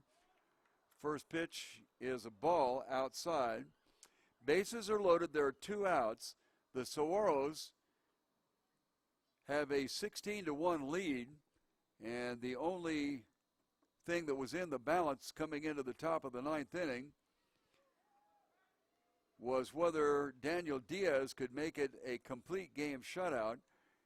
But as he had sat on the bench for an extended period of time in the bottom of the 8th inning, he came up and gave up 2 consecutive hit a batter, then walked a batter, and that got the run in. Then he struck out 2. And then management decided that it was time to bring him out as he was to his 116th pitch in the ball game. 2 balls and 1 strike in the dirt, gets away from Droll, and everybody will move up 90 feet. So the count is 3-1. Second run comes in for Trinidad.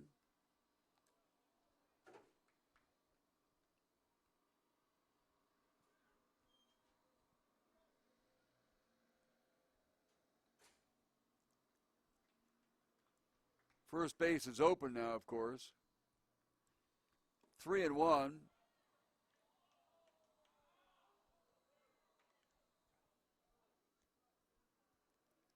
Misses down low, 3-2.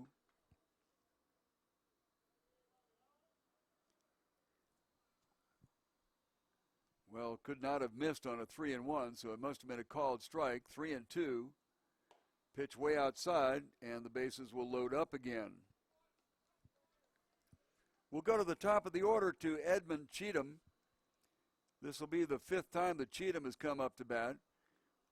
He was one of Daniel Diaz's 13 strikeout victims in the 8th inning. He also struck out in the 3rd inning, but he got on base because the ball was dropped and the throw to first base was not in time. So Cheatham, is 0 for 4 tonight. 2 outs, bases loaded, top of the 9th inning, and excuse me swing by Edmund Cheatham. Cheatham has had a rough night. Made a couple of 3 errors out there. Nicholson has had a tough night. He's made 3 errors. 6 on the night total. Swung on and missed. 0-2 count will be coming up here.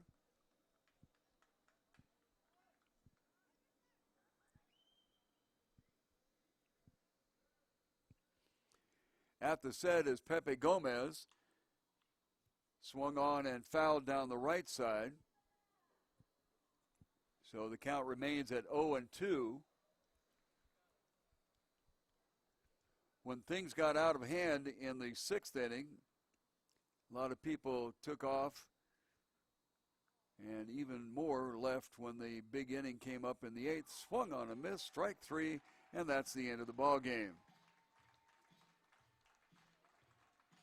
Well, Trinidad got 2 across in the top of the 9th inning, but they go down 16-2. But the marquee story tonight is Daniel Diaz, 8 2/3 innings, striking out 13 to pick up the victory. And the Saguaros take the second of the 4 games that they'll be playing here in this series against Trinidad, Colorado. We'll be back here again tomorrow night at 7 o'clock with our webcast. Hope that you will join us. Thank you very much for being around this evening. It's always much more fun to do this when we have folks involved. So the Tucson Saguaros come away with a big victory tonight. They waited until the 6th inning to really get things going. And then they put 5 more across in the 8th inning, and that put it completely out of guessing. But the big guess was whether Daniel Diaz would be able to complete the complete game shutout. And unfortunately, after having sat on the bench for an extended period of time, as a matter of fact, he was out on the bases in the bottom of the 8th inning for quite a few batters there. So when he came out in the top of the 9th inning, single hit batter walk, and that lost the shutout. And then relief pitcher Pepe Gomez came in and walked a batter with the bases full, and that was the second run. But all said and done, 16-2 in favor of the Tucson Saguaros. Thank you very much for joining us. Hope to see you tomorrow evening at 7 o'clock right here on the same webcast location. For all of us here at the Tucson Saguaros, this is Alan Scott saying good night.